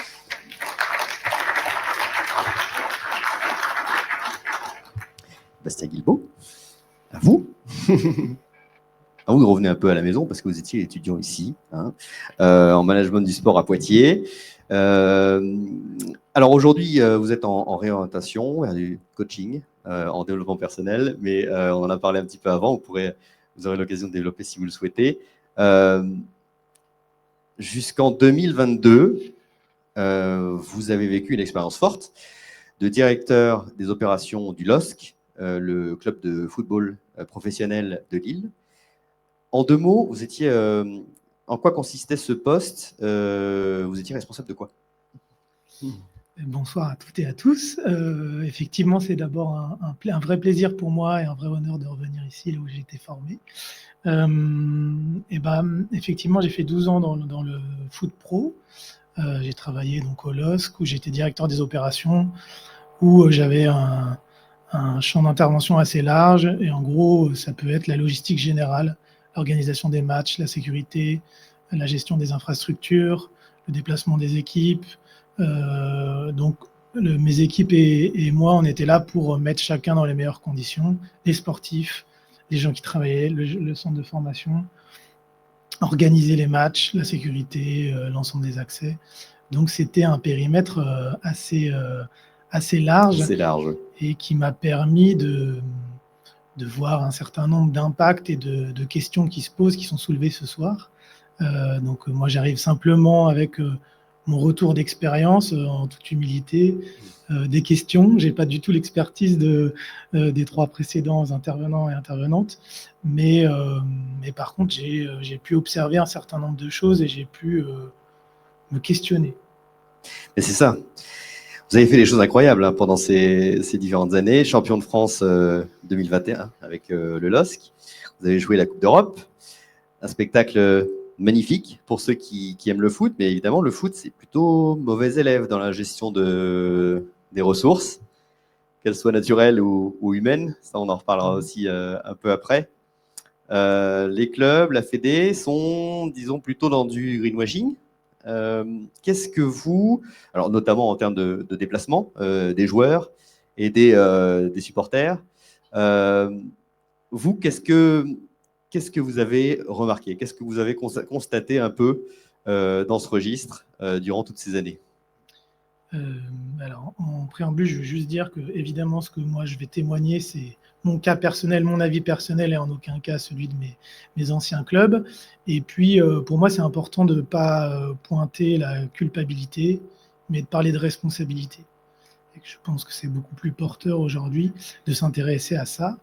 Moi, je suis rentré dans le foot en sortant de mes études, donc dans les années 2010, et j'ai pu voir vraiment l'évolution de l'industrie du foot sur ces 10 années, et la fuite en avant du toujours plus, qui s'accentue encore aujourd'hui, où, voilà, M. Gouguet en a parlé, mais si vous prenez les réformes en ce moment du football, c'est la réforme de la Champions League qui s'instaure l'année prochaine, c'est plus d'équipes, plus de matchs. La réforme de la Coupe du Monde des clubs qui entrera en vigueur en juin 2025, c'est plus d'équipes, plus de matchs. La réforme de la Coupe du Monde qui est envisagée avec 48 équipes, là où il y en avait 32. Donc il y a cette logique de toujours plus de matchs, toujours plus de revenus, dans un secteur où la corrélation entre les revenus et la performance sportive est très, très, très importante. Donc, Moi, ce que j'ai pu voir, c'est la manière dont on allait utiliser les ressources, qu'elles soient financières, logistiques ou humaines, au service de la performance, au service de la médiatisation. Et en ayant une fuite en avant, on prend de moins en moins en compte, même on ne prend pas en compte en fait un certain nombre d'éléments. Et donc j'ai l'impression que le foot pro, en ça, il est à l'image de nos sociétés en fait. C'est-à-dire qu'il y a des efforts qui ont été faits et je pense que vraiment, enfin en tout cas moi je peux vous témoigner qu'à ma petite échelle, j'ai essayé de faire des efforts, mais que c'est des efforts qui restent dans notre zone de confort. Et moi, citoyen, dans mon quotidien, j'ai l'impression que je suis encore dans ça, en fait. Que j'ai pris conscience d'un certain nombre d'enjeux, que j'essaye de faire des efforts, mais que je reste dans ma zone de confort. Et qu'aujourd'hui, ce n'est pas à l'image et à la hauteur des enjeux qui sont les nôtres. Et donc, le foot pro, et nous, au LOSC, on a été dans les premiers à signer des conventions. En juin 2019, on signe une convention avec le ministère et WWF. En janvier 2020, on signe un partenariat avec l'ONU pour réduire nos émissions et les compenser. Et donc, il y avait, pour certains d'entre nous, une vraie volonté de mettre des choses en place. Le truc, c'est qu'on a fait ça sans vraiment venir toucher les vrais sujets. Et les actions que nous avons pu mettre en place pour améliorer un certain nombre de choses sur le tri, les déchets, la consommation d'eau, un certain nombre d'actions ciblées, était marginale d'abord, et puis était acceptée tant qu'elle n'impliquait pas un surcoût financier, qui reste le nerf de la guerre et le centre de décision. Donc à partir du moment où il y a des actions qui impactent le financier, voilà, c'est déjà beaucoup plus compliqué. Et s'il y a des décisions qui impactent le sportif et la compétitivité sportive, alors là, c'est encore un autre sujet. Donc par exemple, un des premiers postes d'émission de carbone d'un club de foot, c'est ses déplacements pour l'équipe professionnelle. On se déplace en avion privé, en jet privé, parce que ça améliore les conditions, parce que ça améliore la récupération des sportifs, tout un certain nombre de raisons bonnes ou mauvaises. En attendant, c'est comme ça. Et aujourd'hui, il n'y a pas un club qui prendra la décision de revenir sur ces déplacements, tant ça peut avoir un impact visiblement prouvé par les études sur la performance sportive. On se souviendra du char à voile, évidemment. Qui est un vrai sujet. Donc, il y a des efforts qui sont faits. Il y a des clubs qui, en dessous d'un certain temps de vol ou de trajet, privilégient le train, voire même le bus. Donc, il y a des efforts qui sont faits, mais ça reste des efforts marginaux. Le coach du PSG, effectivement, qui répondait à une question et qui disait que c'était impossible de faire autrement et que c'était pas possible de déplacer toute une équipe en char à voile. Et au niveau des déplacements des supporters aussi, parce que 2 fois par mois, donc il y a donc 35 000 personnes à peu près qui viennent remplir le stade à Lille. Tout à fait. Ça, est-ce que vous avez mené une réflexion là-dessus? En tout cas, personnel. Ouais, voilà. Personnel, je ne sais pas, je n'ai pas les qualités, le recul et l'expérience de Jean-Jacques pour envisager un certain nombre de choses qui sont hors de mon logiciel pour l'instant. Ce que je peux vous dire, c'est que effectivement, le football professionnel, je pense que c'est le seul acteur à ma connaissance qui réunit, en tout cas à Lille, 35 000 personnes au même endroit 2 fois par mois. Forcément, cette réunion, elle génère un certain nombre de flux. Nous, on avait moins de 20% des spectateurs qui venaient en transport en commun. Donc évidemment, il y a du covoiturage à côté, mais donc ça vous donne une idée de l'empreinte d'un match. Moi, ce que j'ai pu constater, c'est que le LOSC a été champion l'année du Covid, donc l'année des stades vides. Et de ma toute petite expérience, j'ai pu impacter le fait que les stades soient vides sur les performances sportives. Voilà, on a battu le PSG parce que il n'avait pas son public. On a été gagné à Milan en Coupe d'Europe parce qu'il n'y avait pas son public. Donc, tout ça pour dire qu'en fait, la compétition serait viable, peut-être un petit peu différente, mais viable sans public. Après, est-ce qu'on est prêt à accepter ça? Est-ce qu'on est prêt à envisager ça? Est-ce qu'on aura le choix de de ne pas l'envisager un jour. C'est le vrai sujet, parce qu'il y a aussi toute une économie qui est là derrière. Nous, quand on fait un match à 35 000 personnes, je dis encore nous, mais au LOSC, en tout cas, quand il y a un match à 35 000 personnes, c'est à peu près 1200 personnes qui viennent travailler directement sur site. C'est 35 000 personnes dans le stade et c'est un certain nombre d'externalités autour. Donc forcément, remettre ça en cause, c'est remettre beaucoup de choses en cause. C'est tout l'imaginaire du football, c'est tout l'imaginaire du sport populaire, du vivre ensemble, de la convivialité autour du sport. Et c'est des vraies questions qui se posent auxquelles on ne s'attaque pas vraiment. Et pour vous donner un dernier exemple, lors de la construction du grand stade, donc aujourd'hui du stade Pierre-Mauroy, qui a donc vu le jour en 2012, les porteurs d'un ticket du stade avaient la gratuité sur les transports en commun. Ça, c'est une mesure sur laquelle on est revenu en 2014 ou 2015 suite à des coupes budgétaires, puisque on payait pour nos supporters.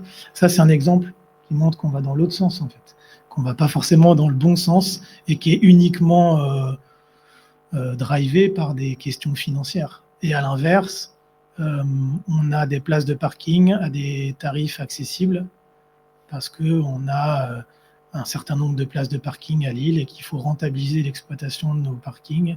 Et donc, en fait, voilà, on continue de prendre nos décisions uniquement, en tout cas, quand j'y étais, l'aspect financier restait le premier facteur de décision.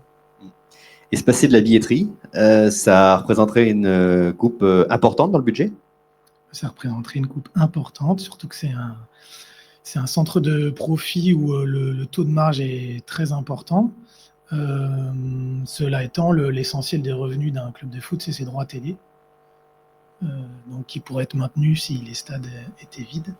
Même si voilà, je ne veux pas amener cette solution comme la solution, mais en tout cas, il y a des réflexions qu'on pourrait avoir là-dessus. Mais ça ne viendra pas des acteurs. Voilà. C'est pas possible de demander, enfin en tout cas, il faudra l'imposer. En tout cas, oui, je ne vois pas comment ça pourrait venir sans que ça soit imposé. Non, mais on est là pour réfléchir, on est là pour aussi évoquer ce genre de solution radicale. Un autre point que je voulais aborder avec vous, c'est le risque pour la santé mentale des acteurs de ce sport, avec ce toujours plus, à la fois pour les joueurs, pour l'encadrement. Vous, personnellement, vous êtes épuisé pendant ces années passées au LOSC. Pourquoi ? De toute façon, ça commence à sortir depuis un certain nombre d'années. Enfin, on a des sportifs professionnels qui parlent de la santé mentale, pas forcément du sujet de l'épuisement, même si c'est souvent présent, mais en tout cas qui montrent leurs failles, parce que qui dit sport de haut niveau dit dépassement de soi, dit sacrifice, et donc forcément, à un moment, même nos plus grands sportifs ne sont pas des machines. Et là, on entend quand même un certain nombre de levées de boucliers des sportifs devant l'accumulation et l'accroissement du nombre de matchs dont je vous parlais tout à l'heure, qui commencent à dire « Attendez les gars, là on n'y arrive plus en fait ». Les plus grands entraîneurs d'Europe commencent aussi à se plaindre du rythme infernal des compétitions. Les plus grands entraîneurs prennent des pauses entre leurs contrats pour récupérer, parce que les sollicitations, la demande énergétique est de plus en plus importante. Et nous, acteurs, et moi en tout cas, acteurs de l'ombre, il y a eu il y a les mêmes dérives. Un club comme le LOSC qui joue la Coupe d'Europe, il est en activité toute l'année. Donc j'étais en activité toute l'année. Il y a soit entraînement, soit match toute l'année. Il y a 4 semaines de pause en juin où nous, on en profite pour rénover les bâtiments, refaire les terrains. Voilà, donc forcément, quand ils sont pas là, on en profite pour faire plein de choses. Et donc, moi, à mon poste, le seul moment où il y avait rien, c'était 4 jours entre le 22 et le 27 décembre dans l'année. Donc forcément, ça use sur le long terme. Mais au-delà de mon cas personnel et de cette logique-là, ce qui me semble important de pointer, c'est le comportement qui omet complètement de prendre en compte une ressource. Dans notre cas, l'usure physique ou l'énergie des sportifs, et dans notre discussion globale, de prendre en compte la ressource environnementale, en fait. Et quelle erreur intellectuelle d'oublier de prendre en compte une ressource dans l'équation. Donc forcément, qu'il y a de temps en temps, ça craque. Ça craque, voilà, exactement. Cette année, effectivement, de travail intensif avec ce toujours plus. Merci beaucoup d'être là, en tout cas, vous aussi. Merci à vous.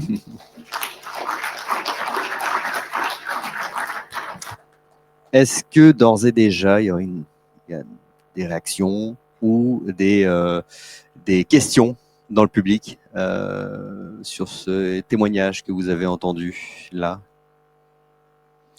On sait aussi, voilà, sur LinkedIn, il y a une question. Est-ce que je te passe le micro, Romuald? Déjà abordé le sujet, mais c'est une question du coup de Véronique. Il y a de plus en plus de dissonance du coup entre les pratiques sportives et la prise de conscience des sportifs sur les énormes enjeux environnementaux. Du coup, quels sont les risques sur leur santé mentale et en particulier du coup sur les jeunes athlètes?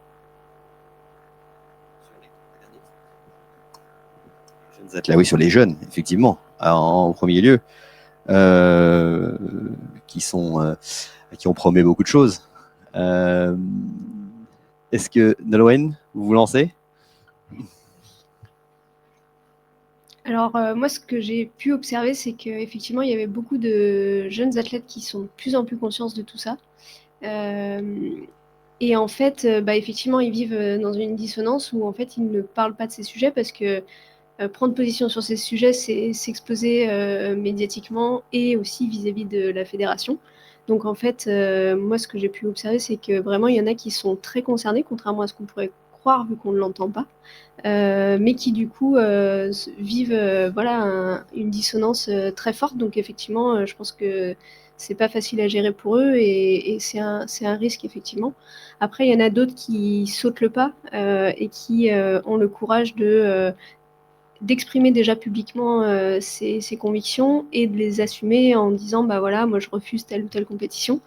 Donc je pense que ça, c'est des gens qui vivent plus alignés avec eux-mêmes, ce qui est meilleur pour soi, mais du coup plus compliqué pour une carrière, j'imagine. Donc c'est voilà, ce que j'observe en tout cas. Clotilde? Oui, je peux peut-être ajouter que je pense qu'il faut aussi différencier en fonction des sports. Tous les sports ne sont pas égaux face au dérèglement climatique. Et donc, il peut y avoir des techniques de contournement. Je reprends, vous avez cité Xavier Thévenard, qui est un ultra-trailer qui vit dans le Jura, donc pas très loin du Mont Blanc. Pour lui, de s'entraîner en Europe, c'est assez accessible. Donc finalement, il arrive à avoir des techniques de contournement. Il y a d'autres sports, et notamment, nous, on avait voulu en faire un épisode du podcast, et finalement, on ne l'a pas fait, mais ça faisait partie de nos idées. On voulait interroger un coach sur le biathlon, et notamment un coach qui entraînait l'équipe des juniors.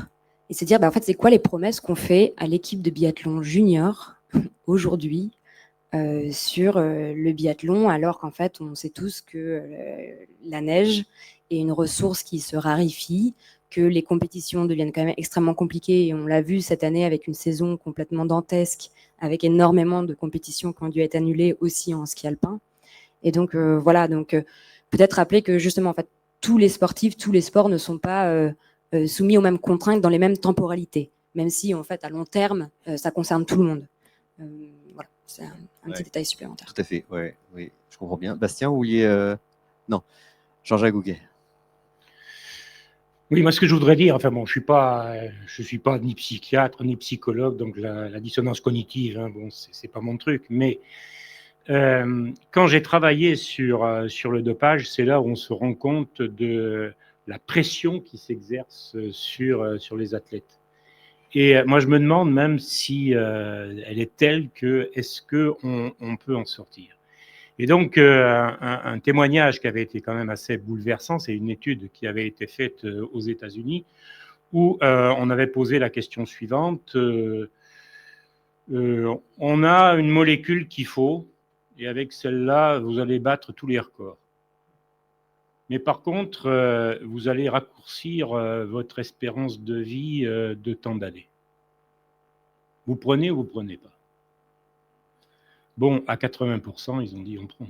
On prend. Ouais. Donc, c'est quand même, enfin bon, on va en reparler peut-être de façon plus générale hein, sur cette idéologie de la performance, du record, il faut se défoncer, il faut battre l'autre, etc. Ça, c'est au cœur de ce que sera la décroissance. Mais je comprends que pour un certain nombre d'athlètes, mais renoncer à ce qui fait son identité même, à savoir bon, la compétition, la médaille, bon, le record, etc., mais c'est impossible. Mais oui, Clotilde. Oui, si je peux ajouter, c'est vrai que j'ai voulu mentionner quand Nolwenn l'a évoqué, la question du renoncement, je la trouve hyper intéressante. Et là-dessus, il y a pas mal de travaux qui sortent aussi sur le sujet. Je pense notamment à Diego Landivar, Emmanuel Bonnet, et il y en a un troisième, Alexandre Monin, du MSC Clermont. Et le dernier livre d'Alexandre Monin s'intitule « Politiser le renoncement ». Et donc, je reviens un peu sur cette notion de politisation. Mais en fait, c'est important, c'est de se dire, en fait, il y a une différence entre le fait de renoncer à l'échelle individuelle et en fait de créer les conditions pour que collectivement, on arrive à renoncer à des choses. Et du coup, c'est pas du tout la même approche. Et voilà, je revenais un petit peu sur cette notion-là, qui me semble vraiment importante de remettre toujours cette notion de collectif et pas juste de, bon, bah, quels athlètes font se réveiller un matin en se disant c'est plus possible et du coup comment ils font. Ce qui interroge, c'est comment les fédérations commencent à mettre en place aujourd'hui des choses pour que les athlètes puissent vraiment prendre des positions et être alignés avec leurs valeurs. On est à fond dans le sujet d'aujourd'hui, hein, parce qu'effectivement, politiser, c'est rendre collectif des décisions, quoi. Et c'est très important de le mentionner. Bastien, oui. Oui, moi, je voulais juste rebondir sur cette dissonance. Je me demande si c'est pas aussi la nôtre, tous individuellement. On est quand même dans une société de la performance. Et en tout cas, moi, à titre personnel, j'ai cette dissonance entre ce que je voudrais faire, ou ce que j'aurais envie de faire et ce que je fais au quotidien. Et pour moi, autour de cette notion-là, il y a quand même ça aussi qui est là. On en discutait rapidement tout à l'heure, comment on emmène tout le monde. Comment on emmène tout le monde, comment on passe au-delà de cette dissonance, comment on rend souhaitable ou enviable un changement de modèle, surtout quand il est à ce point-là opposé au modèle qu'on nous propose et à ce qu'on voit au quotidien en fait. Et là, pour moi, il y a une vraie question et pas encore de réponse. Des réactions ou des... Oui, Jean-Jacques. Oui, moi, je voudrais aller un peu plus loin parce que là, je veux dire qu'avec les athlètes dont on parle, au moins, ils ont des excuses. On peut comprendre qu'ils aient du mal à renoncer.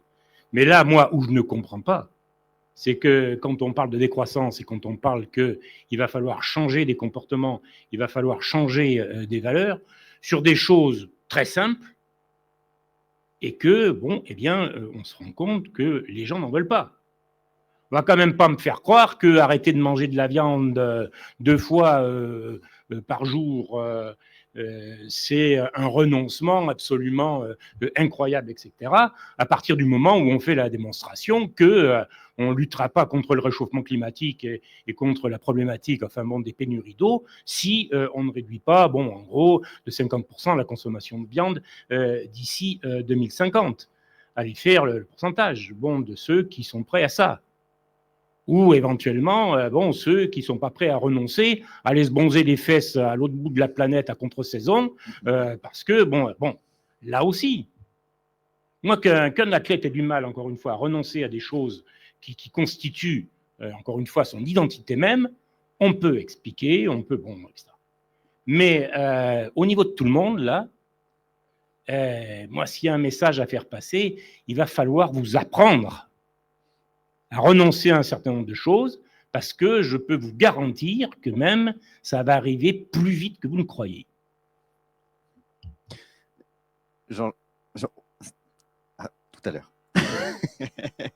Pardon, Clotilde.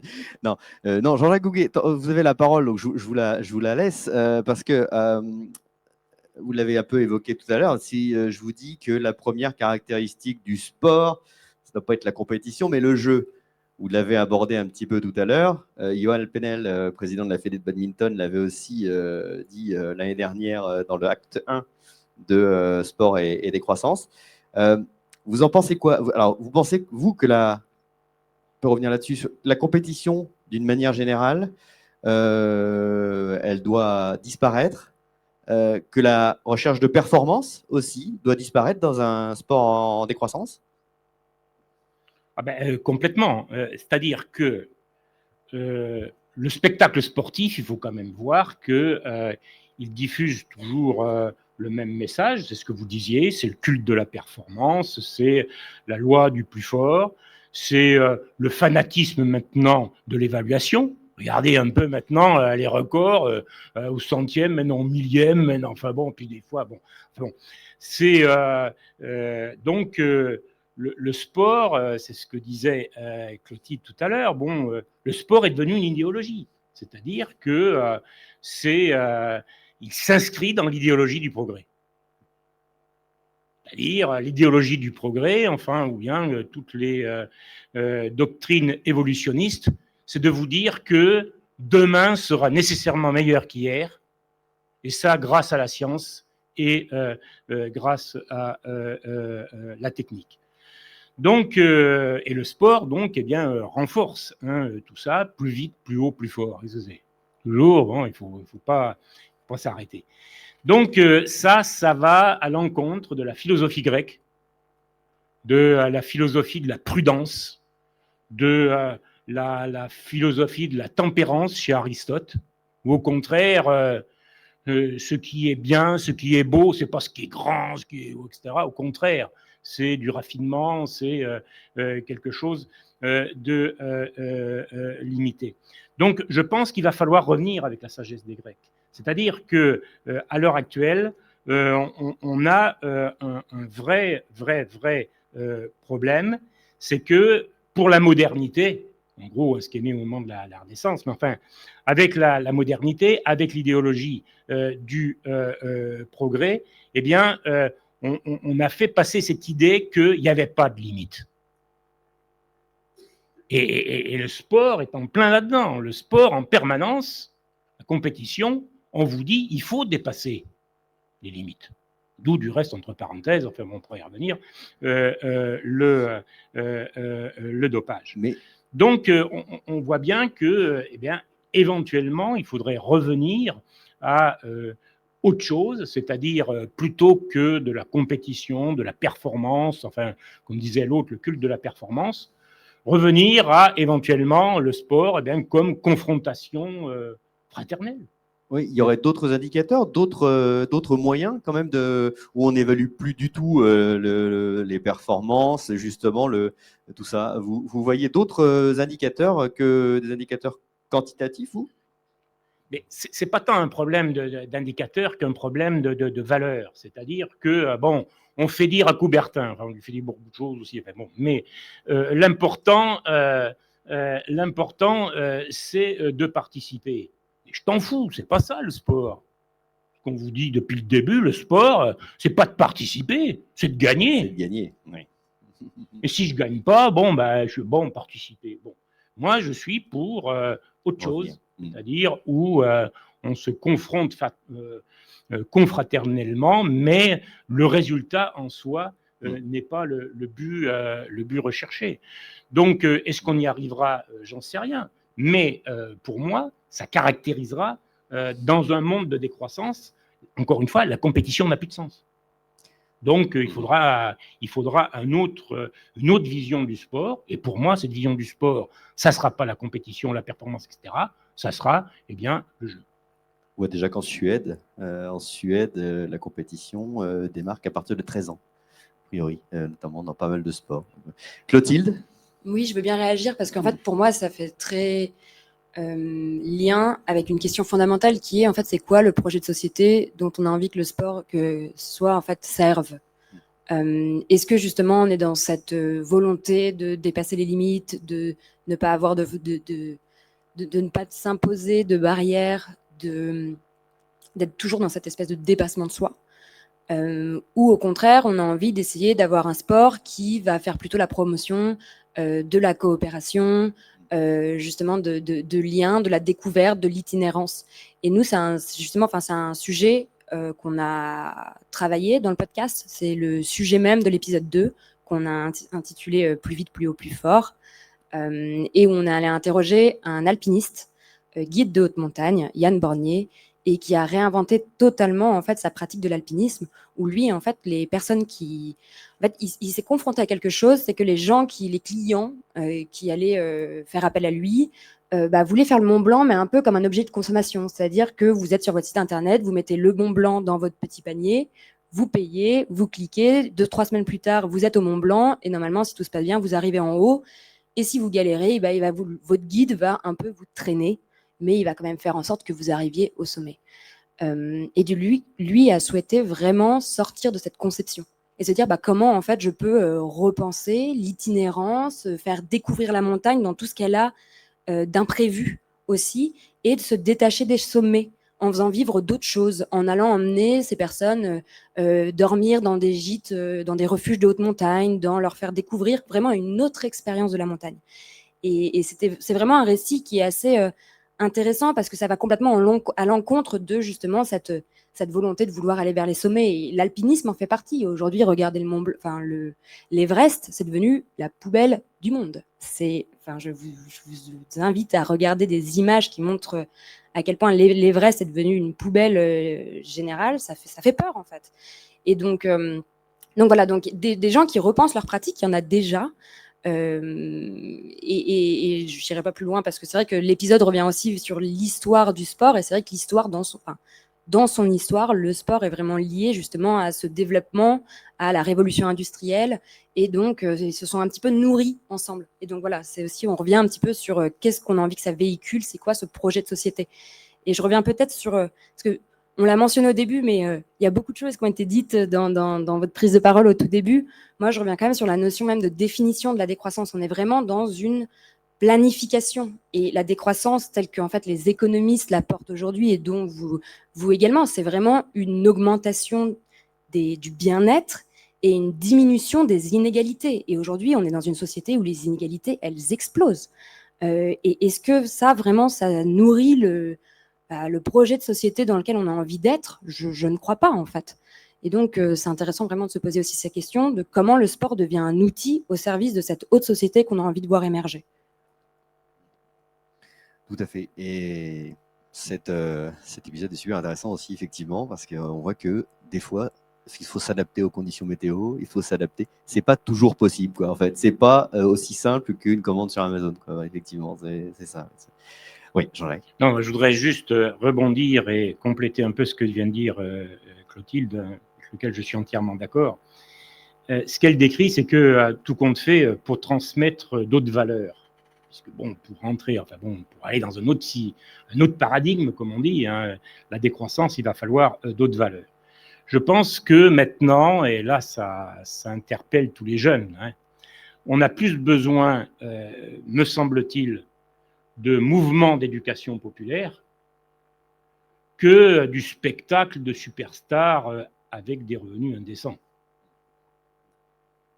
Vous croyez que c'est le spectacle sportif tel qu'il existe à l'heure actuelle qui constitue, alors peut-être qui constitue un modèle, on fait briller, hein, on dit tout le monde voudrait éventuellement devenir Mbappé, gagner je ne sais pas combien, enfin bon, avec des zéros qui n'ont même plus de sens, enfin bon. Donc, je crois que, mais bien sûr, on met en avant l'image du sport, comme ça, sans préciser, le sport porteur de valeurs, de tout ce que vous voulez, etc. Mais enfin, je pense que ce n'est pas le spectacle sportif qui va préparer à la décroissance, puisque, au contraire, il ne fait que renforcer une vision productiviste. Et que donc, on aurait besoin, j'insiste bien de plus en plus, c'est ce que disait Clotilde, d'autres, vecteurs de transmission de valeurs pour promouvoir autre chose, encore une fois, que la compétition. Alors, c'est et puis je finis, sur le problème des inégalités, si on peut y revenir tout à l'heure, etc., parce que là, il y a... On va essayer. Mais c'est qui ce sont les associations, par exemple, les associations au niveau local, les clubs, l'économie sociale et solidaire, comme on a déjà parlé avec Arnaud. Ce sont ces acteurs-là qui doivent promouvoir une autre forme de sport, quoi. C'est à ce niveau-là que ça se joue. Qu'est-ce que vous attendez, vous, dans un monde parfait, en décroissance. Quel doit être le rôle de ces associations-là, amateurs, de ces bénévoles et tout ça? Quelle est leur place? Mais Ouais. leur place, enfin bon, leur rôle, il est tout à fait évident, si vous voulez, que la plupart des clubs sportifs amateurs font le job.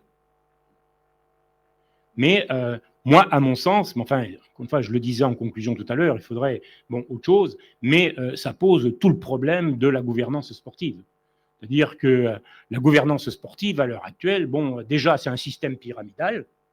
On part du local, du club, de la ligue, fédération nationale, fédération, etc., plus ensuite fédération internationale, ou bien le CDOS, le CROSS, le CNOS, et puis le CIO, etc. Et puis, garde à vous, ça descend.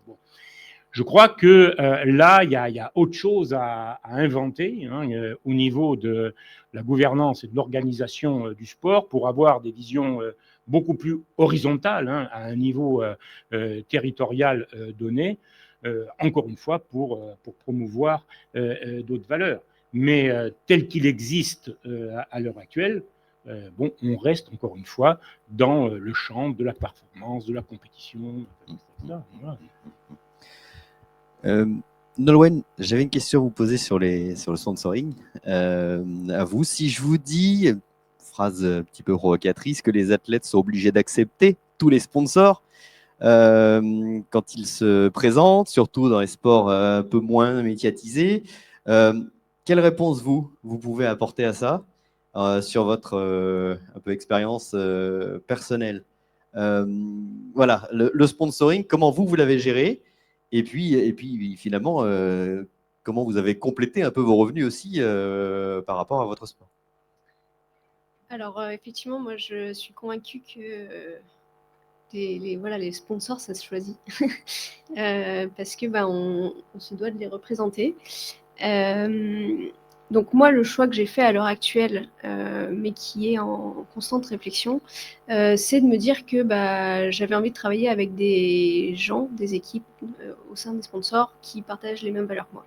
Donc c'est en partant de ce postulat-là que quand j'ai eu l'opportunité de devenir sportif professionnel, j'ai bâti cette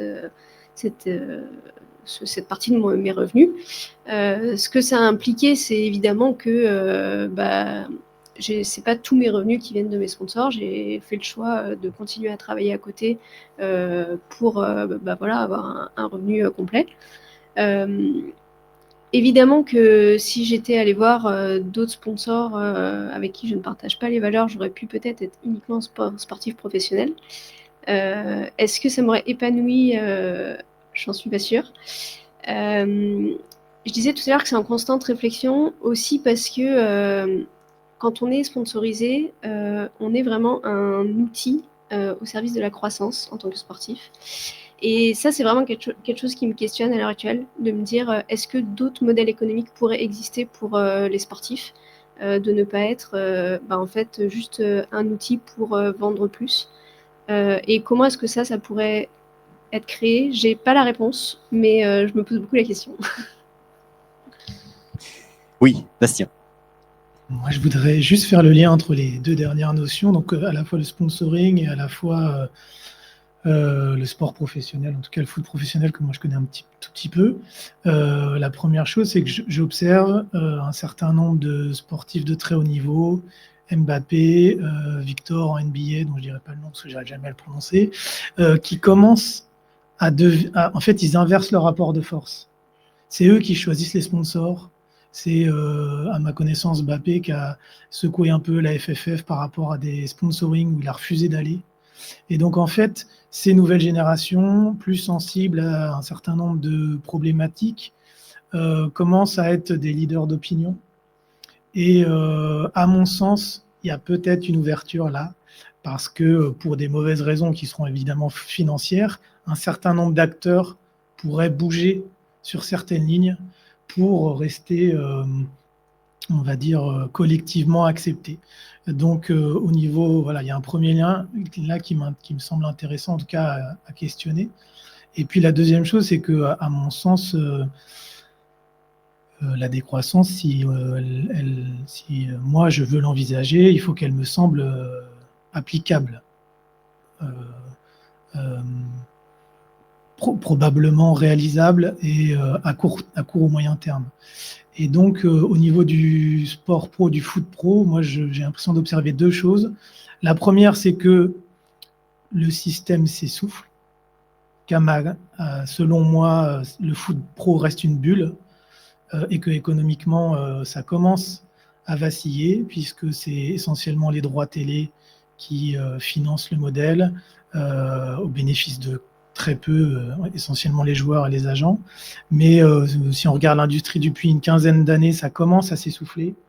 Le projet de Super League mené par un certain nombre de grands clubs européens est justement cette démonstration parce que le président du Real, M. Pérez, expliquait que les études commençaient à montrer que les jeunes générations ne regardaient plus la télé, que le taux d'audience baissait et donc que indirectement les moyens que les télés seraient prêts à mettre allaient forcément baisser et donc les revenus des clubs. Et donc ça veut dire qu'il y a déjà une question là-dessus. La question de la propriété des clubs est aussi un indicateur qui montre que il commence à se poser des choses, des questions en tout cas quand c'est des fonds de pension qui investissent dans un secteur avec une logique de revente à court terme, de rentabilité à court terme, ça commence, à mon sens, à poser des questions sur la viabilité de l'industrie et du modèle. Et puis, d'un autre côté, le sport pro est aussi, à l'image de la société, l'un des premiers qui va être touché par les évolutions du climat. La question se pose dans le football de pratiquer en juillet, en août, peut-être demain en mai, en juin aussi. Donc la Coupe du Monde au mois de juin-juillet, comment on fait? Le championnat qui s'arrête mi-mai, qui reprend début août, comment on fait? À l'inverse, l'hiver, il faut savoir que toutes les pelouses de Ligue 1 doivent être chauffées pour pas que le terrain gèle et que les matchs aient bien lieu pour répondre au cahier des charges vis-à-vis des diffuseurs. Donc ça pose aussi question sur le calendrier. Dans un moment où il y a de plus en plus de matchs, donc on voit que là, ça s'essouffle. Et en même temps, on voit que le foot pro va devoir répondre à un certain nombre de questions que la société aura à répondre. Donc en ça, et grâce à son aura, il peut être un vecteur. Et je rejoins tout à fait les projections souhaitables qui sont tenues. Mais moi, de par mon petit métier de back-office, j'ai la question pragmatique de comment on fait. De où est le chemin, en fait, par quoi je passe pour arriver jusque-là, et comment on fait pour que concrètement, demain, cette industrie puisse changer. C'est une vraie question, et elle a un vrai pouvoir potentiel pour guider les nouvelles générations, un sport populaire qui parle à toutes les classes.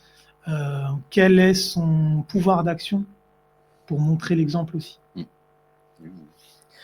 Est-ce qu'on peut imaginer, à votre avis, que certaines collectivités refusent d'accueillir certains événements sportifs ou certains pays parce qu'il y a des sponsors qui ont des mauvaises pratiques ou parce que les sports ont de mauvaises pratiques ou que le public même s'en détourne de certains sports parce que problème de sponsors, problème de pratique. Est-ce que ça s'est déjà vu, ça, selon vous? Est-ce que ça peut s'envisager? Je peux tenter une réponse. Ouais. Alors, des opérations, on va dire, de boycott, il y en a eu, et je repense à la Coupe du Monde au Qatar.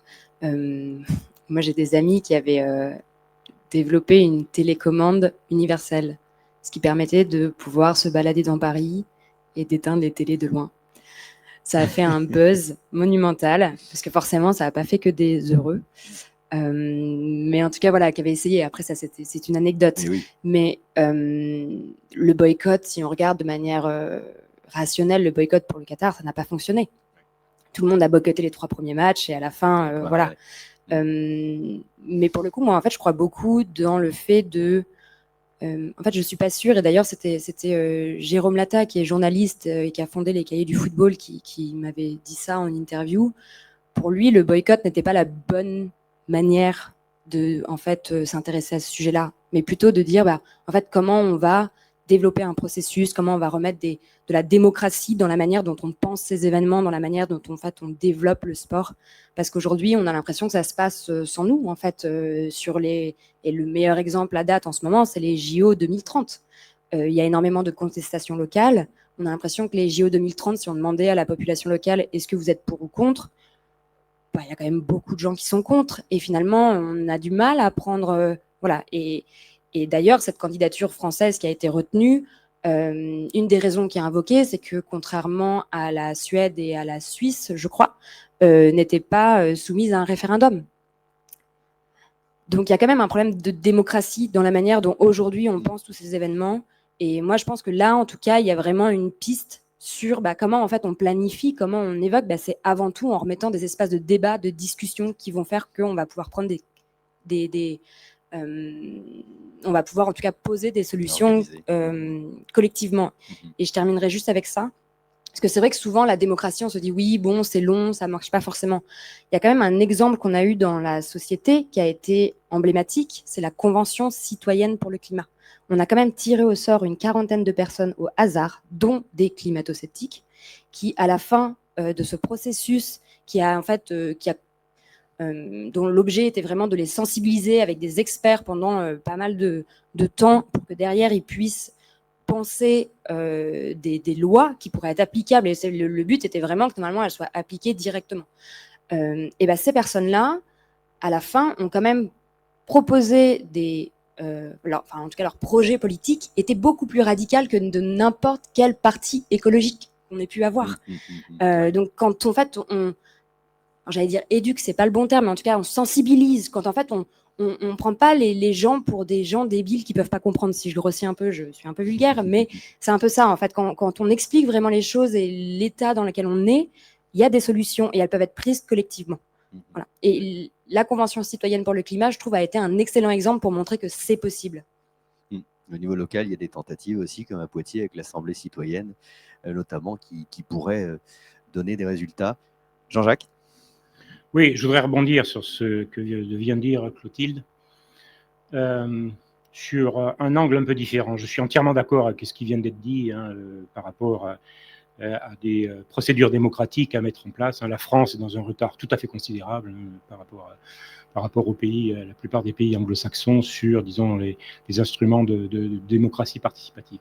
Mais je voudrais rebondir sur autre chose. Je pense que ce dont on manque le plus à l'heure actuelle, c'est de faire des vraies évaluations. Moi, je suis un peu spécialiste de l'évaluation de l'impact économique, social, environnemental des événements sportifs. Et si on n'arrive pas à établir auprès de l'opinion publique véritablement ce qui se passe, c'est-à-dire quel est le vrai bilan coût-bénéfice, coût-avantage de telle ou telle manifestation, on n'arrivera pas à persuader l'opinion publique est-ce qu'on a bien fait, mal fait, est-ce qu'il aurait fallu aller ou pas aller.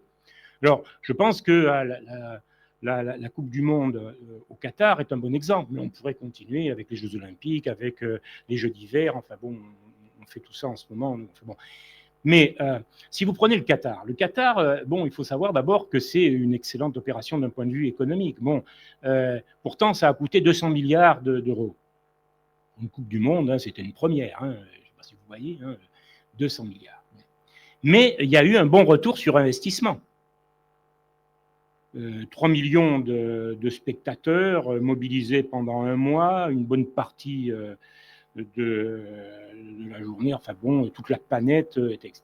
Et en plus, avec ce qu'on appelle du soft power, le Qatar qui a réussi quand même l'exploit d'améliorer son image de marque et à arriver quasiment à se faire passer pour un pays traditionnaliste, certes, mais quand même, qui sait accueillir, qui est ouvert, qui fait faire du progrès, sur plein de choses, etc.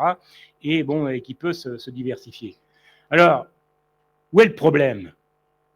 Le problème, c'est qu'on oublie la moitié des choses dans le calcul, et que donc toutes les externalités négatives qui auraient dû être incluses dans le calcul d'impact, on l'a oublié. Alors ça, c'est ce qu'en théorie économique, on appelle une stratégie de free rider, une stratégie de passager clandestin. Si vous voulez devenir riche, je vais vous donner une recette imparable. Il peut servir. Tout ce qui vous rapporte, vous le mettez dans la poche. Tout ce qui vous coûte, vous vous débrouillez à le faire supporter par autrui ou par la société. Vous allez devenir riche. Donc, c'est ce qu'on fait ici, c'est-à-dire qu'on a regardé uniquement la dimension purement économique de la chose, mais en oubliant les rejets de gaz à effet de serre. J'ai écrit n'importe quoi sur la neutralité carbone de la Coupe du Monde du Qatar, mais enfin, moi, je ne comprends pas qu'on arrive à écrire des contre-vérités scientifiques comme ça, enfin bon, etc. Bon, mais la FIFA a peur de rien. Bon. Le gaspillage de ressources rares, mais sans parler du travail forcé, de la condition de la population immigrée, des milliers, alors combien il y en a eu, j'en sais rien, mais enfin bon, peut-être que Clotilde pourrait nous en parler un peu plus précisément, mais enfin bon, il y a quand même eu un certain nombre de morts pour construire les stades, du travail forcé, etc. Donc, tout ça pour dire que on manque d'une évaluation sérieuse, mais ensuite, le problème, il est plus économique. Même si vous me demandiez, enfin moi je suis un spécialiste de l'évaluation, bon, à combien on met le mort pour voir dans le bilan ou avantage, parce que bon, c'est des calculs en termes monétaires. Il n'y a pas de réponse à ce genre de choses. Donc, la réponse, elle peut être que éthique. Et là, d'un point de vue éthique, peut-on considérer que les quelques intérêts d'une pétromonarchie et le bien-être d'un certain nombre de fans de football, tous ceux qui sont allés au Qatar, bon, eh bien, est-ce que ça compense tous les coûts humains dont je viens de parler? Et donc, ceux qui y sont allés, il va falloir qu'ils soient capables d'expliquer à leurs propres enfants, parce qu'il y a des choses qui arrivent très très rapidement, qu'effectivement, ils en sont allés, mais que le jeu en valait la chandelle, c'est-à-dire que bon, eh bien, cette Coupe du Monde méritait qu'on y aille. Et ça, c'est un problème éthique. Moi, personnellement, j'ai boycotté cette Coupe du Monde et je ne regrette rien. On a une question sur Internet. Je passe le micro à Morgan. Du coup, il y a deux questions. La première, c'est une question de Véronique, du coup. C'est quoi une performance décroissante? La deuxième question, c'est pour Bastien. Les dirigeants du foot entendent-ils parler de la CSRD, du reporting extra-financier, de la nécessité, bientôt légale, de positionner leurs actions et discours sur d'autres terrains que celui de la seule rentabilité financière? On commence par laquelle?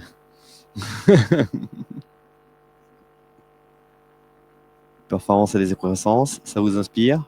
Ou on l'a abordé un petit peu tout à l'heure, cette question-là, effectivement, dans un monde en décroissance, plus de compétition, plus de performance, il faut d'autres indicateurs de réussite, effectivement.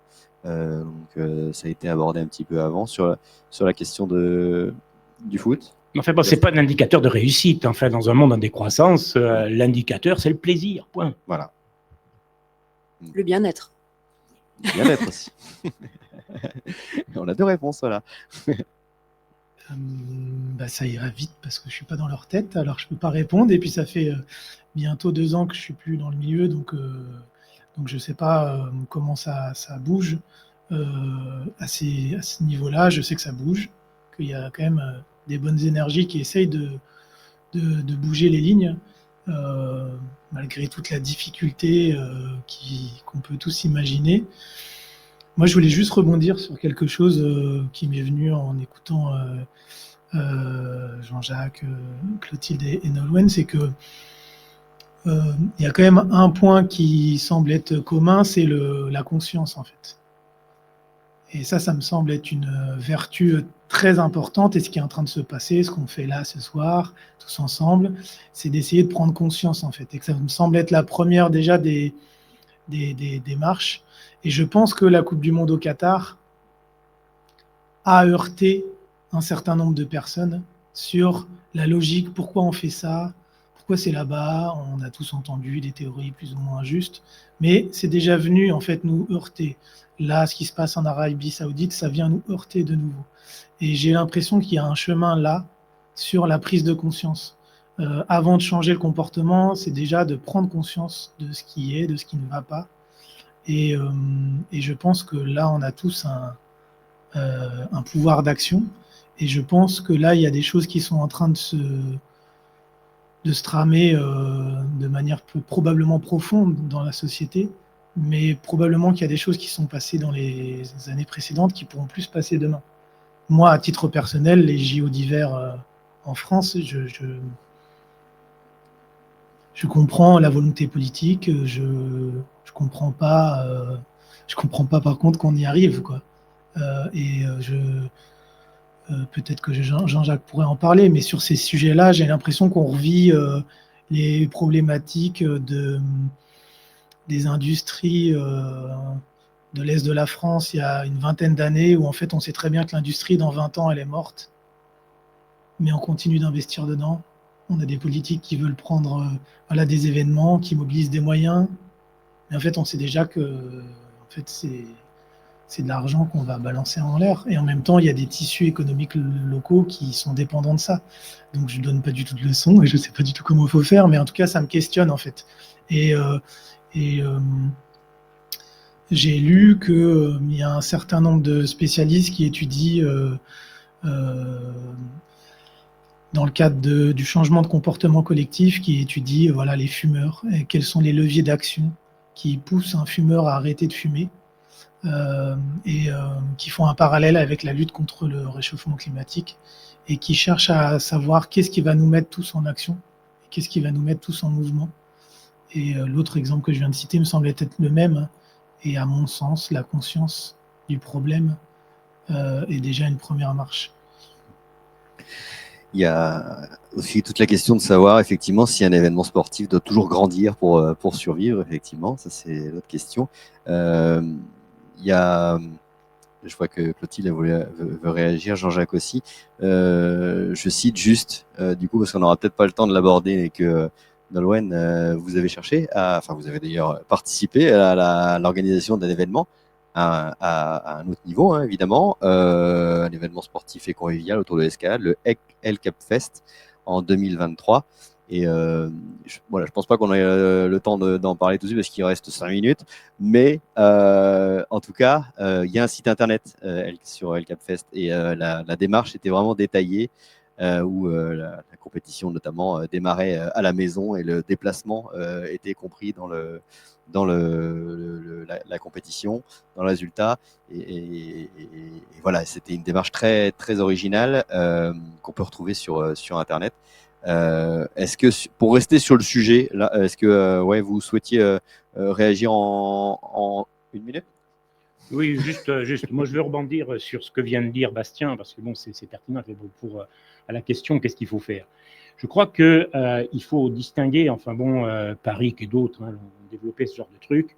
Il faut bien distinguer la décroissance choisie et la décroissance subie. Effectivement, moi, ce que je dis, c'est qu'il faudrait que les autorités sportives, etc., qu'on commence à réfléchir, à se projeter dans le futur et à essayer d'anticiper ce qui va arriver, parce que sinon, si on attend d'être le dos au mur pour prendre des décisions, ça va être extrêmement douloureux. Clotilde? C'était assez similaire. Non, mais je pense que prendre conscience, évidemment que c'est une première étape et que c'est essentiel, mais je pense qu'on doit passer la seconde quand même, qu'on n'a plus trop le temps de tourner en rond non plus, et qu'il faut agir. On me posait la question de qu'est-ce qu'on peut mettre en place. Je pense qu'en tout cas, moi, il y a un principe que j'essaie de m'imposer, qui est de m'interroger constamment dans comment je nuis le moins possible. Et ça, je pense que ça peut aussi nous guider, de nuire aussi par rapport aux ressources qu'on utilise, qu'on consomme, et c'est d'un point de vue à la fois social et écologique finalement, parce que les deux vont de pair. Comment, si en fait, on parlait du fait de, je sais pas, de prendre l'avion aujourd'hui, ou en tout cas le dérèglement climatique a des conséquences a d'ores et déjà des conséquences sur d'autres personnes, et on le sait, et c'est souvent des personnes plus pauvres qui viennent des pays du Sud, et donc en fait, pour moi, le fait de par exemple prendre l'avion tous les 4 matins pour aller à l'autre bout de la planète, c'est pas la liberté telle qu'on essaie de nous la vendre. En fait, c'est juste une question de privilège aujourd'hui qu'on a parce qu'on vit en France. Et qu'on a cette capacité de pouvoir avoir un passeport qui nous emmène un petit peu partout. Et donc, il y a vraiment cette notion à dissocier la notion de liberté et de privilège. Et donc, moi, je m'interroge toujours, voilà, comment on fait pour nuire le moins possible. Et il y a des choses. Alors, aujourd'hui, dans le milieu de l'entreprise, dans le milieu de l'ESS, dans les coopératives, il y a des méthodologies qui se mettent en place, il y a des gens qui testent des choses. Allez demander à une entreprise qui a mis en place la semaine de 4 jours, je peux vous dire qu'il n'y en a aucune qui va faire le retour en arrière. Et ils ne sont pas moins productifs parce que maintenant, ils sont passés sur une semaine de 4 jours. Et on voit bien que ça vient contribuer au bien-être des employés, etc. Donc aujourd'hui, des exemples, des points qui montrent la voie, on n'en a pas forcément dans le milieu du sport. Ça peut être aller piocher ailleurs, mais d'où l'importance aussi de créer du lien entre justement les milieux économiques plus standards et le milieu du sport notamment. Merci pour cette dernière intervention. Je vous propose d'arrêter là parce que voilà, il est 20h pile et il faut stopper. Oui, Nolwenn. Allez. Juste par rapport à ça, effectivement, on a tous le pouvoir de prendre conscience et aussi de se saisir de nos zones d'influence. Parce que en fait, on a tous le pouvoir d'agir à travers ce qu'on est chaque jour, que ce soit nos métiers actuels et futurs notamment. Moi, par exemple, c'est être athlète et c'est comme ça que je l'ai décliné. Mais en fait, tous, à travers ce qu'on fait chaque jour, on peut utiliser cette influence à bon escient. Et je pense que mettre en question et chaque jour se dire comment est-ce que j'influe le moins ou le mieux possible, c'est aussi à travers les métiers que ça passe. Et je pense que c'est important de ne pas l'oublier. Voilà. Merci à tous les 4 pour votre présence ce soir. Je passe la parole à Arnaud Soroy pour un petit mot de conclusion. Merci beaucoup à vous 4. Merci à Romain pour l'animation. Je pense qu'on peut aussi l'applaudir sur un exercice difficile. Je vais faire très court parce qu'on a parlé de convivialité. C'est aussi de vous proposer de vous retrouver tous et de continuer les échanges. Et tant pis pour ceux qui sont en live. Là, ils n'auront pas le droit à ça. C'est à côté, autour d'un verre. Vous remercier parce que je pense qu'on fait un exercice qu'on n'a pas l'habitude de faire. C'est aussi de penser loin, penser large, mais aussi de penser loin, peut-être même très loin. Pas trop loin, j'espère, parce qu'on a bien compris qu'il y avait quand même une certaine urgence. Mais ça, c'est peut-être quelque chose qu'on ne prend pas le temps de faire, on ne se donne pas le droit de le faire. Donc moi, je suis très fier que l'université nous permette de faire ça, de permettre d'inviter des gens comme vous et de pouvoir vraiment dialoguer autour de ça. Et je pense aussi qu'on a une partie de la réponse avec ce qu'on veut faire dans la proximité, localement, avec l'économie comme moyen et pas comme finalité. Mais ça, je pense qu'on a vraiment beaucoup avancé là-dessus. Donc je pense qu'aussi on a une petite note d'espoir, c'est qu'il y a aussi une partie de la solution qui réside souvent dans le sport associatif local, où il y a déjà des choses, des modèles qui existent, qu'il faudrait peut-être repenser et remettre un peu plus en avant que d'autres. Voilà, merci encore à vous pour les intervenants, merci à vous d'avoir participé, merci malgré tout à ceux qui étaient en ligne et qui ne pourront pas profiter du moment de convivialité. Il y a aussi beaucoup de gens qui vont pouvoir regarder ce rendez-vous-là en replay, donc on les remercie également, et puis on vous donne rendez-vous juste à côté. Merci.